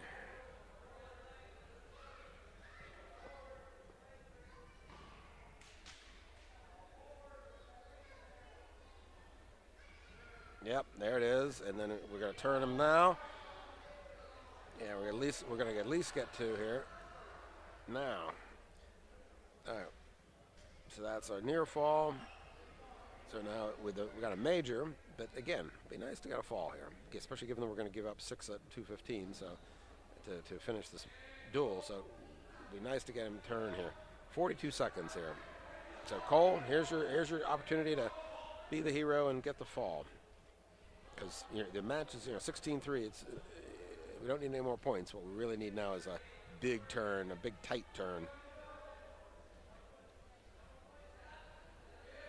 Okay, no, 22 seconds now. You got to try something and run it. Yeah, again, can't be too patient now. There's not much time. 12 seconds now. Throw the half in and just run it. Doesn't matter if it's loose. Now you got to just go for it now. Yeah. Yep. That's what you should have done. Right thing. Just need to do it a little quicker. But again, a dominating performance. 16-3. That's a major decision. 13-point difference. Would have been nice to get that one more turn in there. But a nice match anyway at 145 for us. All right, one takes us to 152. This is going to be Zach Brament, the senior for the Blue Devils, against Jacob Eubanks for the Raiders. Zach's a senior, one of our few seniors.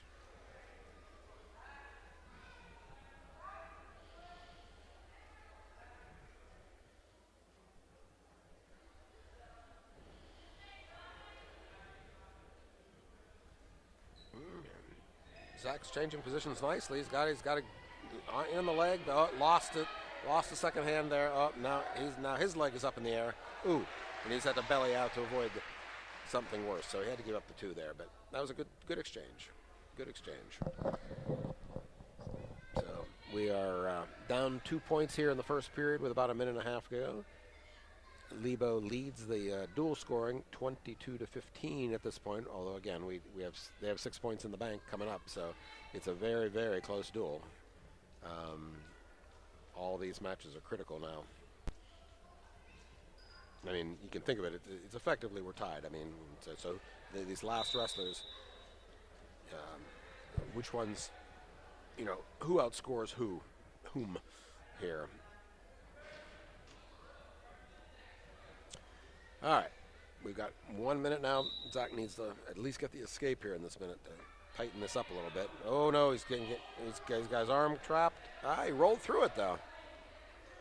But that's why wrist control is so important. And of course, when you're the bottom man, why you do not want to give up your wrist to the top man, because that's the kind of thing that happens to you. So, got to keep those. You'll hear them say, hands out, elbows in, sort of thing. Yep. Here comes a half. Yeah, it looks like he's trying to bar the other arm. Hard to see up here.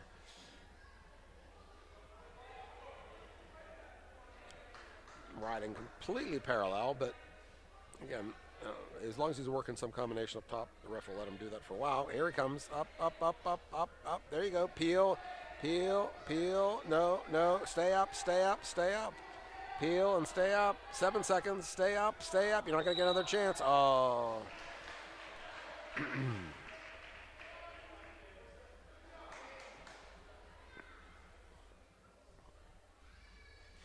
That would have been nice to sneak that escape point in here before the end of the period, but out of bounds, just a little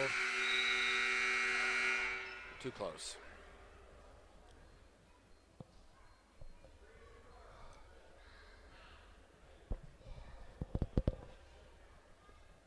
All right, it was Mount Lebanon's choice. We deferred.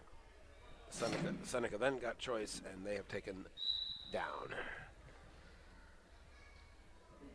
They are up to their feet already, although Zach's in on the leg still, so we're still in control. But now this is more like a position off of neutral, and they're going to turn that into a reversal. That's going to make the score 4-0 for Seneca Valley Raiders. Minute and a half left to go here in the second period. Up at 152 pounds.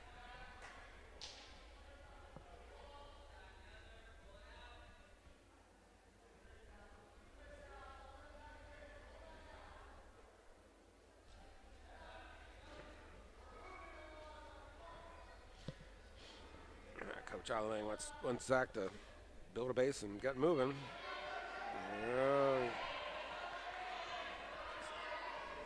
Letting the half sneak in there. Oh, we got a minute to go. This is not good. He is almost all the way over. In a minute, yep. Yeah, once that half gets in that deep, and you got that much time in the clock, that's not going to end well for us. So that's going to be 6 for the Raiders. Brings their total up to 21. So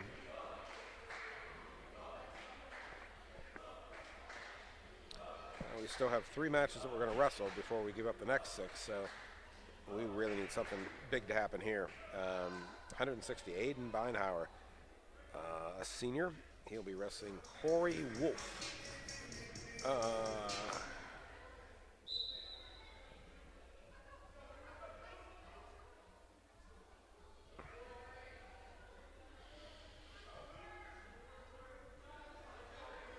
Oh, no, their scoreboard saying this is Wolling. Oh, we may be doing a bumping to try to avoid the problem up at 215. Okay, so this is Cooper Wolling. So then they must be bumping up Beinhauer and bumping up Tipton and bumping up Basale. Okay, well, we got to do something.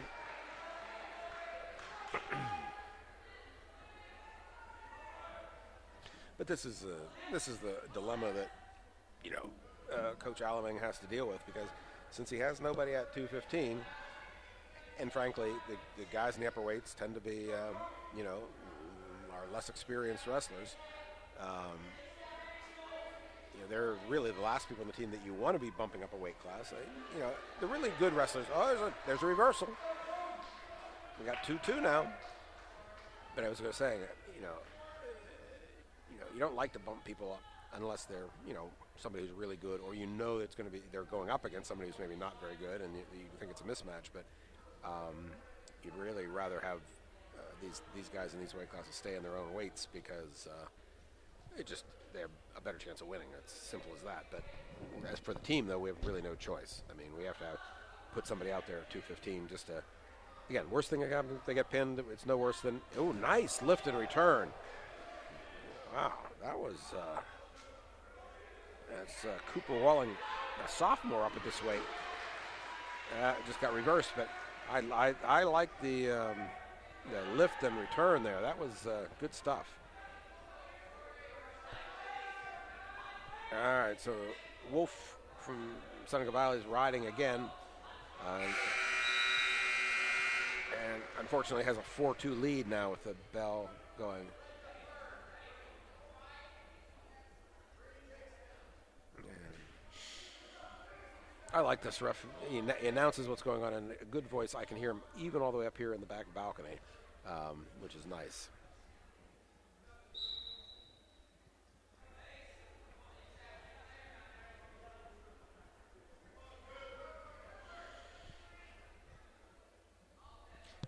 We have a nice little cheering section for Mount Lebanon tonight, giving these guys a lot of encouragement.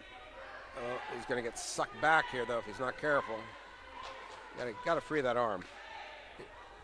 That arm is giving him lots of leverage. Kind of try to limp that out of there, or crawl forward, take some of the pressure off it.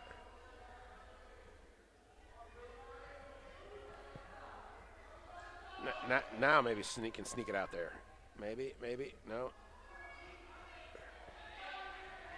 Ruff is watching that really closely, because it's again, it's in that dangerous period when it's loose, and you can get a lot of pressure on the shoulder if the ref is not watching that carefully. But he is. He's got his head right down there. So yeah, there it is, and there's the potential danger. You knew that was coming. He's watching it, and he's going to either you have to fix that and get it safer, or I'm not going to let this continue, because only bad things can happen. So that was good preventing the injury, preventive officiating there. Whoa! That was an awkward position there. We almost got called for 2 backs. Wait a minute, he's going to come out. Is he going to get the reversal here? Hey, he's got the head inside. Gave him just enough time to get some defense there, maybe. Oh, picking it up. they still have Red in control, but because he hasn't finished this reversal, now he's got it. Now that makes 4-2. God, good wrestling by Wolling there. I mean, perseverance. Almost got caught in a bad position in the back, but was able to get off his back quickly, get in on the leg, and then elevate and turn that into a reversal. That was some nice stuff. Only a sophomore. Yeah, I like that. I like all of that. And rode it out to the end of the period.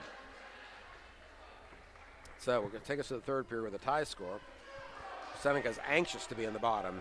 He thinks this is his way he's going to get ahead here. And again, all else being equal, a tie score, you'd rather have the bottom, I think, almost all the time. And here's Wolling. What's he trying for here? A banana split or something, maybe. He's got a leg, but and the Seneca wrestler's caught his ankle. That's going to be tough. This is going to be a mad scramble here. He's got a leg in, but he's way high, and he's going to get turned on his back. Yeah, that was, he was trying to get the leg in and give the Seneca wrestler credit. He caught the foot before he could get the leg in, and then he used that to get his turn and get the reversal. Well, just need it. If you're gonna ride legs, you gotta get it in there faster than that. But it was a good attempt, because I think if he had gotten the leg in there, I think good things could have happened. And also, if nothing else, you got to keep him on the mat since it's a tie score. So we got a minute now. We are down by 2. So we've got to be looking, escape takedown or at least reversal and ride out. Down by 2. It was starting to get counted. Well, it's an awkward position. But clearly, it's in Seneca's favor since the ref has been starting 2 counts now. Ooh, watch the shoulder there.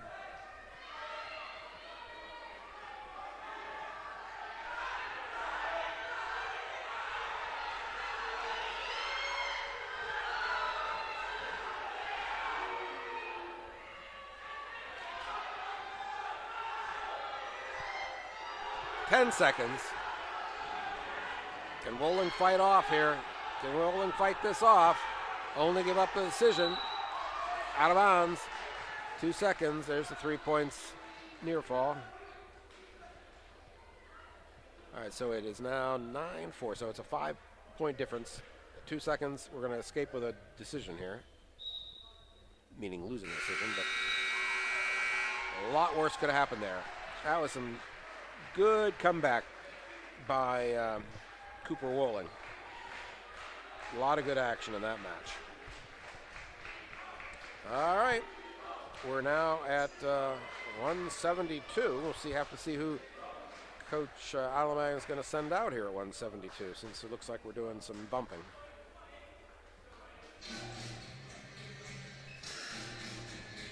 All right, so this is Aiden Beinhauer, I think, who is a senior and would normally be the starter at 160, so he's the choice to bump to 172, which is what you would expect. You'd expect the starter to go up. And who do they have out there? They have Mallory and John Mallory. He's their starter, because they have 2 at this weight, but the other one went out in the JV match. That was Eisenhunt.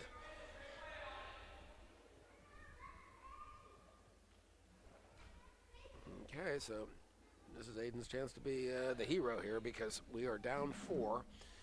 So we have to have this match, because we have another match after this, but we can't lose this and the next one.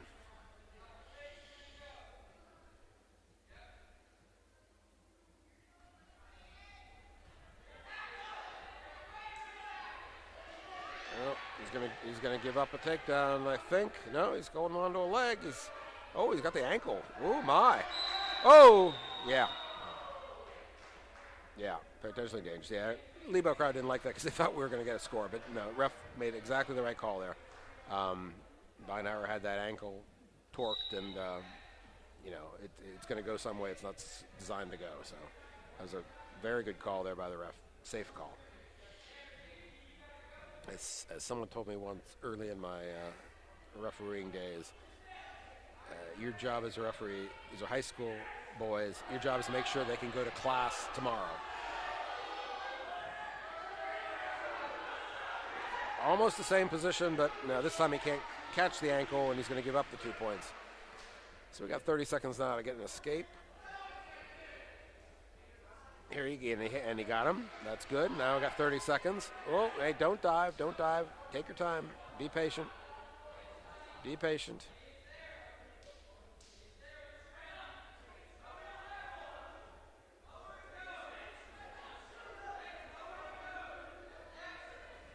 Oh. That almost. Oh. Beinhart's doing the same thing, coming around back with that ankle.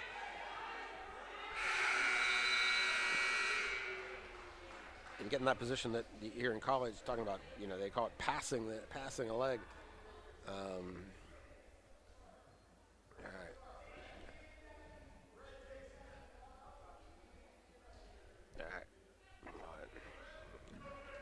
Coach Alamang's actively coaching him now. I mean, he has definitely things he wants him to be doing. And there's a mat return. Maybe another one now. Pick him up. Yep, there it is. Keep him on the mat now. There we go. You can try to ride him with that half. You're not going to turn him when he's on his hands and knees. Yep, all right. This, I think, maybe is where it's showing, the weight difference is showing a little bit, because Aiden's having a tough time keeping him on the mat, which, of course, is essential if we're going to put him on his back.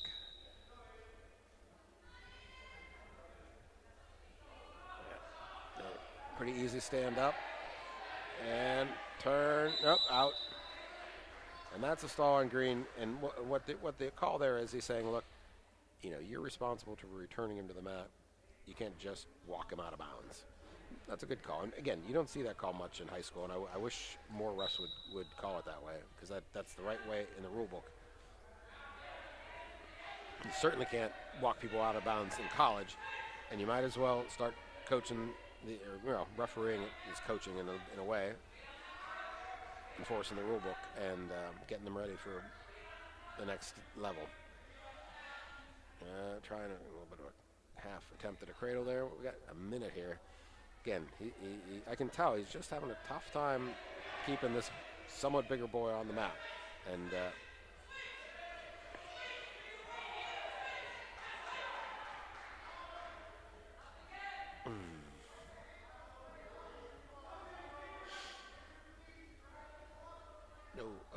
what are we doing here?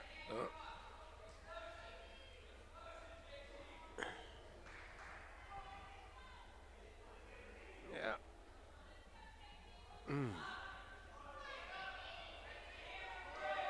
He's really trying to knock that arm down. He's about 6 times he's swung at it.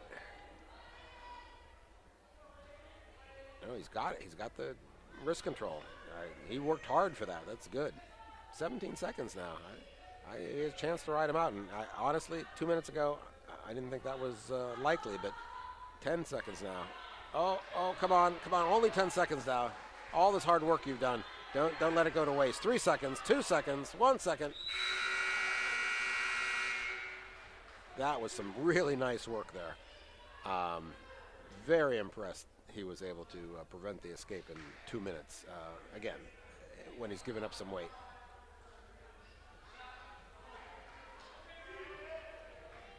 So, all right, Aiden, you did the hard part, frankly, which was keeping him on the mat. Now you've got 2 minutes to get your escape or reversal here. That was impressive. He's onto his feet, and he gets the escape. Maybe conceded. Again, I think the Seneca wrestler has a strategy now to change level and shoot. Here it comes, that double. And Aiden's going to rely on this draping over the top, pulling the ankle.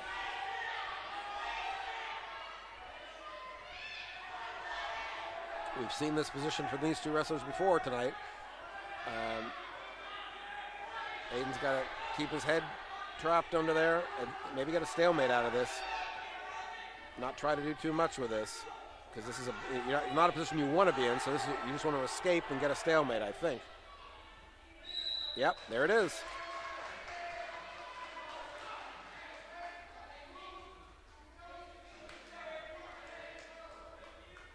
Again, Coach Alabama, again, coaching them up.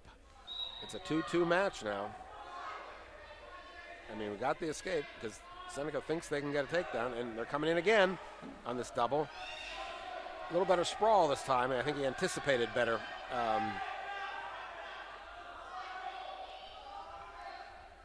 And that's going to go out of bounds. Yep. We got 1 minute of wrestling left in this period with a 2-2 score. So what I haven't really seen is sort of a go-to shot from Aiden. He's done a great job defending these double leg shots. Here it comes again. Sprawl. There you go. Oh, come get the ankle. Yep, he's got the ankle. He's got that ankle. This time he's got it really firmly. Oh, he's going to give him the 2 there, which is fair. He's got arms around the back.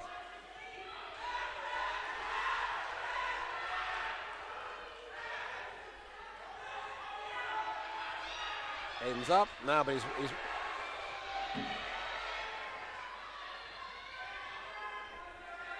yeah.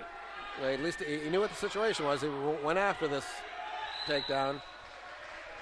That was with 30 seconds, so that took 10 seconds off the clock. We're a point behind, but he's got 20 seconds. He can get a takedown in 20 seconds. He's got to go after it. Got to go after it. Can't wait. Can't wait. You got short time. You got short time. You got to go. You've got to go. I wonder if he thinks the score is tied. Yeah, we're just waiting for his shot, but it's not going to happen.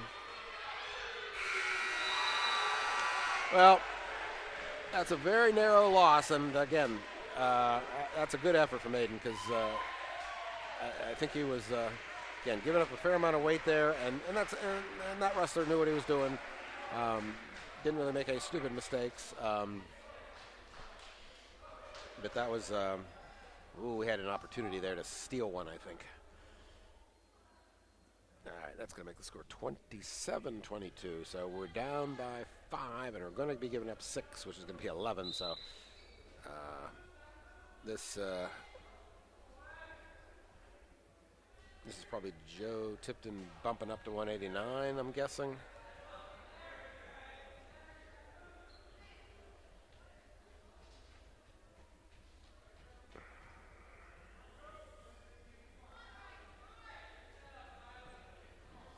And he's wrestling Wagner, Rylan, R-Y-L-A-N, Wagner from Seneca. It must be his mother, calling him Rye. That's a new name, Rylan, R-Y-L-A-N. But he definitely has the parental cheering section up there. Haven't heard much from the Seneca fan base. There were a lot of cars in the parking lot tonight, but I think also there's something going on in the theater because once they also had an exhibition elementary school match here, and then the girls team, and then a JV match. So we've had a lot of wrestling before the varsity, and I think some of those parents in the stands were for those earlier events, maybe, because stands have cleared out a bit by now.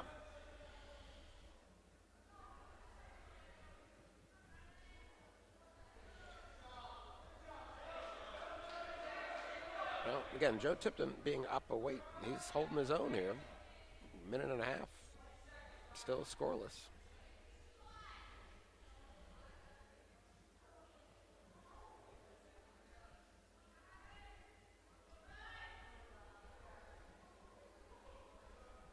I thought for sure he was going to shoot there. All right. That's the way the first period's going to end, scoreless.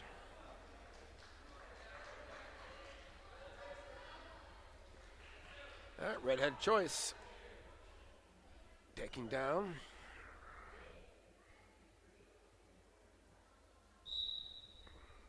Tipton is a junior. He'll be back in the lineup next year. Good job here. Oh, has he got the leg? I thought he was going to have a cradle there for a second. All right, gave up the escape point. About 15 seconds into this period, so we're back on our feet on the short end of a 1-0 score. Oops, there we go. Short offense. A little sprawl. Tighten that up. Nope.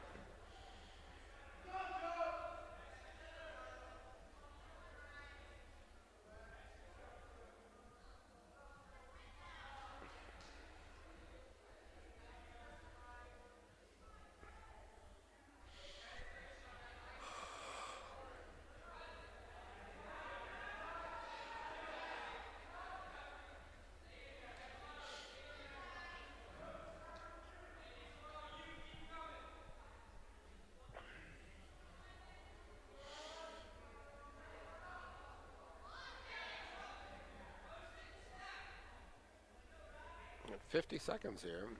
Not much action on our feet.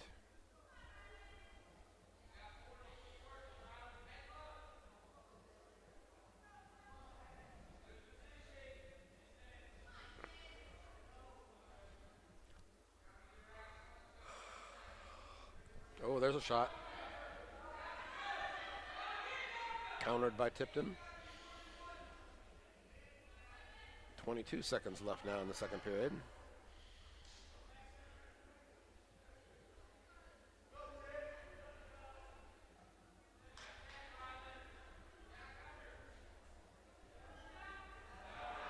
Mm-hmm. 6 seconds.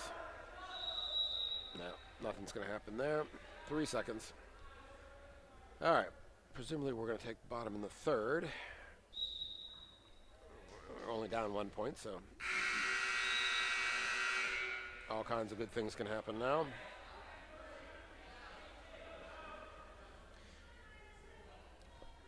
Boy, I'd like to see him get a reversal here because he gets the escape. That's better than nothing, but I haven't seen much good happen on their feet for us. So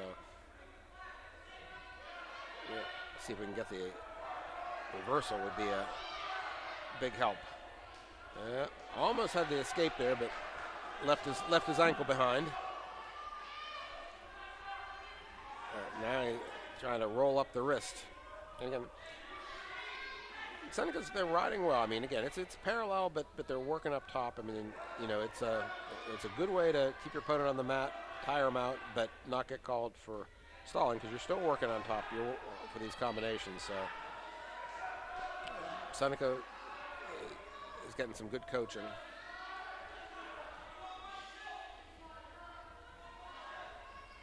All right, we got minute 13. Well, I was hoping for the reversal, but we have to, of course, at least to keep the match going, we got to at least get the escape. So he's building his base. Knee slide up. Come on. Oh, all right, try it again. Knee slide up. Knee slide up. Boy, push back into him. Get some back pressure. Knee slide up. There we go. We got both feet on the mat now. Here we go. He's just going to drop on that leg.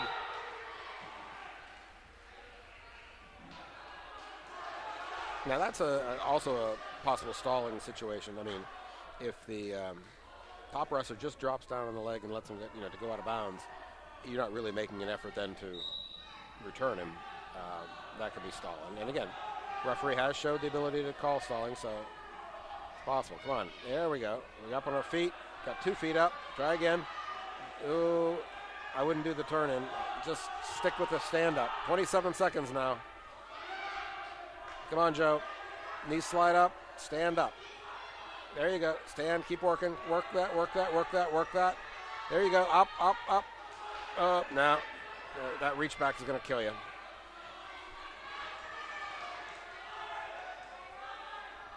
Yeah, he's not going to be able to get the escape point, so he's going to lose 1-0.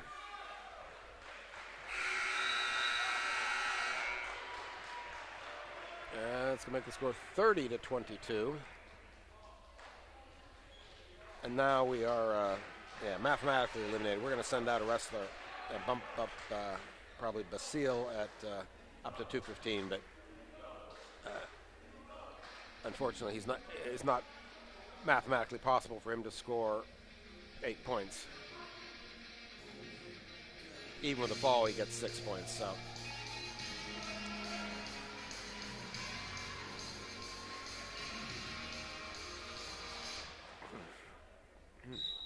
Basil's got his left wrist taped up. I don't know. Don't know if I've seen that before. I hope that's not a serious injury.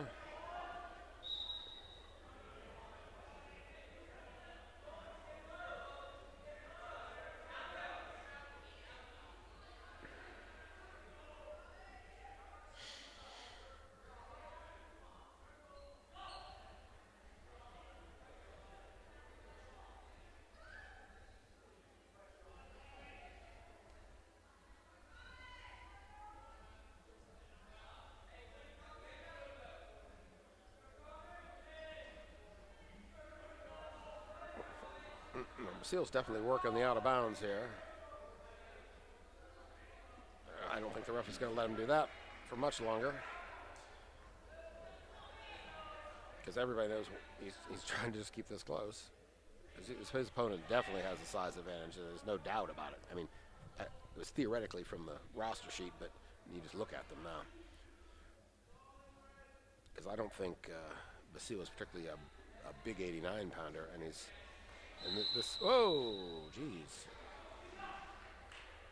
This other boy is a regular 215.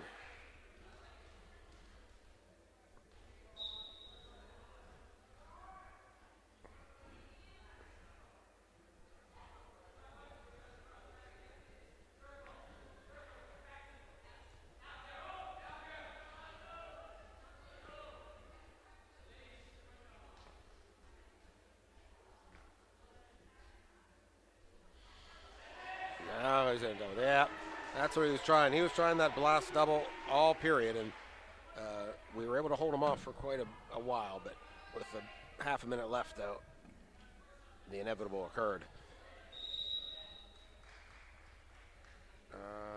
What whistle was that for?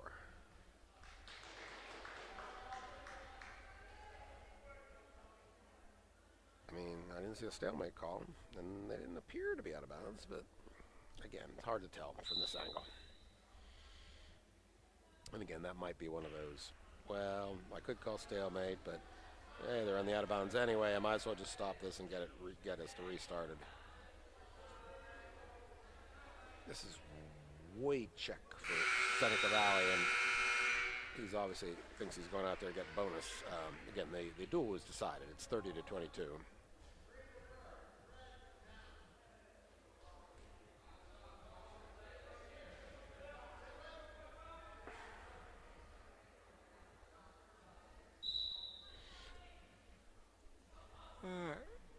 Red's going to do the big man stand up. I'll try to return him. Nah, nope. Yeah, there's just too much size there.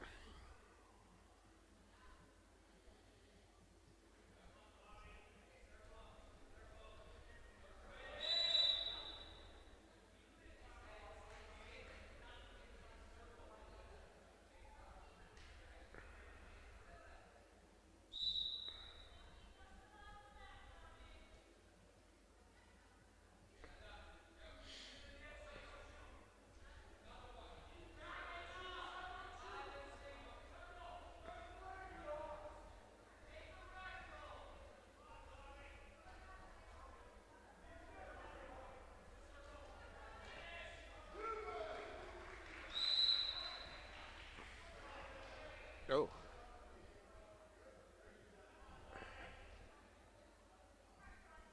A little limping there. That doesn't look good. And he's wearing a brace on that knee. I wonder if he hurt him. All right, cut him. Which surprises me a little bit because he hasn't scored many takedowns in a lot of time. So I think yeah, I figured. Whoa. Yeah, it's the short side of the mat there. Yeah, he's definitely limping. We definitely, I don't know about this. I mean, the duel is decided, so I'm not quite sure what the purpose here is.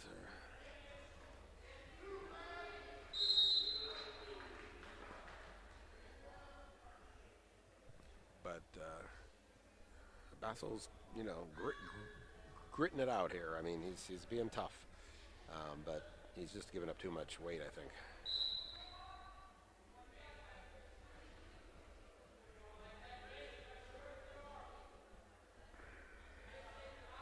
This is really more what I expected Seneca to do, rather than doing all that cutting and taking down. I expected him just to work this on top, because I'm sure he's got some pinning combinations. He seems like a pretty athletic 215-pounder. Here it comes. Here comes the half. Yeah, there we go. Well, I think that was pretty much inevitable. Good sportsmanship there. I mean, I think the Seneca wrestler knew he was gotten a big advantage there. And now we're going to line up. That's the end of that's 36-22 is our final score. Again, we were giving up the forfeits. So you take 12 off of that. It's a much, much closer match. Anyway, that's our last evening duel here. Again, we have one more duel, which is on a Saturday afternoon, and I think that's Fox Chapel. That will be senior night. We recognize our 3 seniors. Hope to see you here in the Big South Gym at Mount Lebanon High School. I'm Chris Kemmer, and I'm signing off.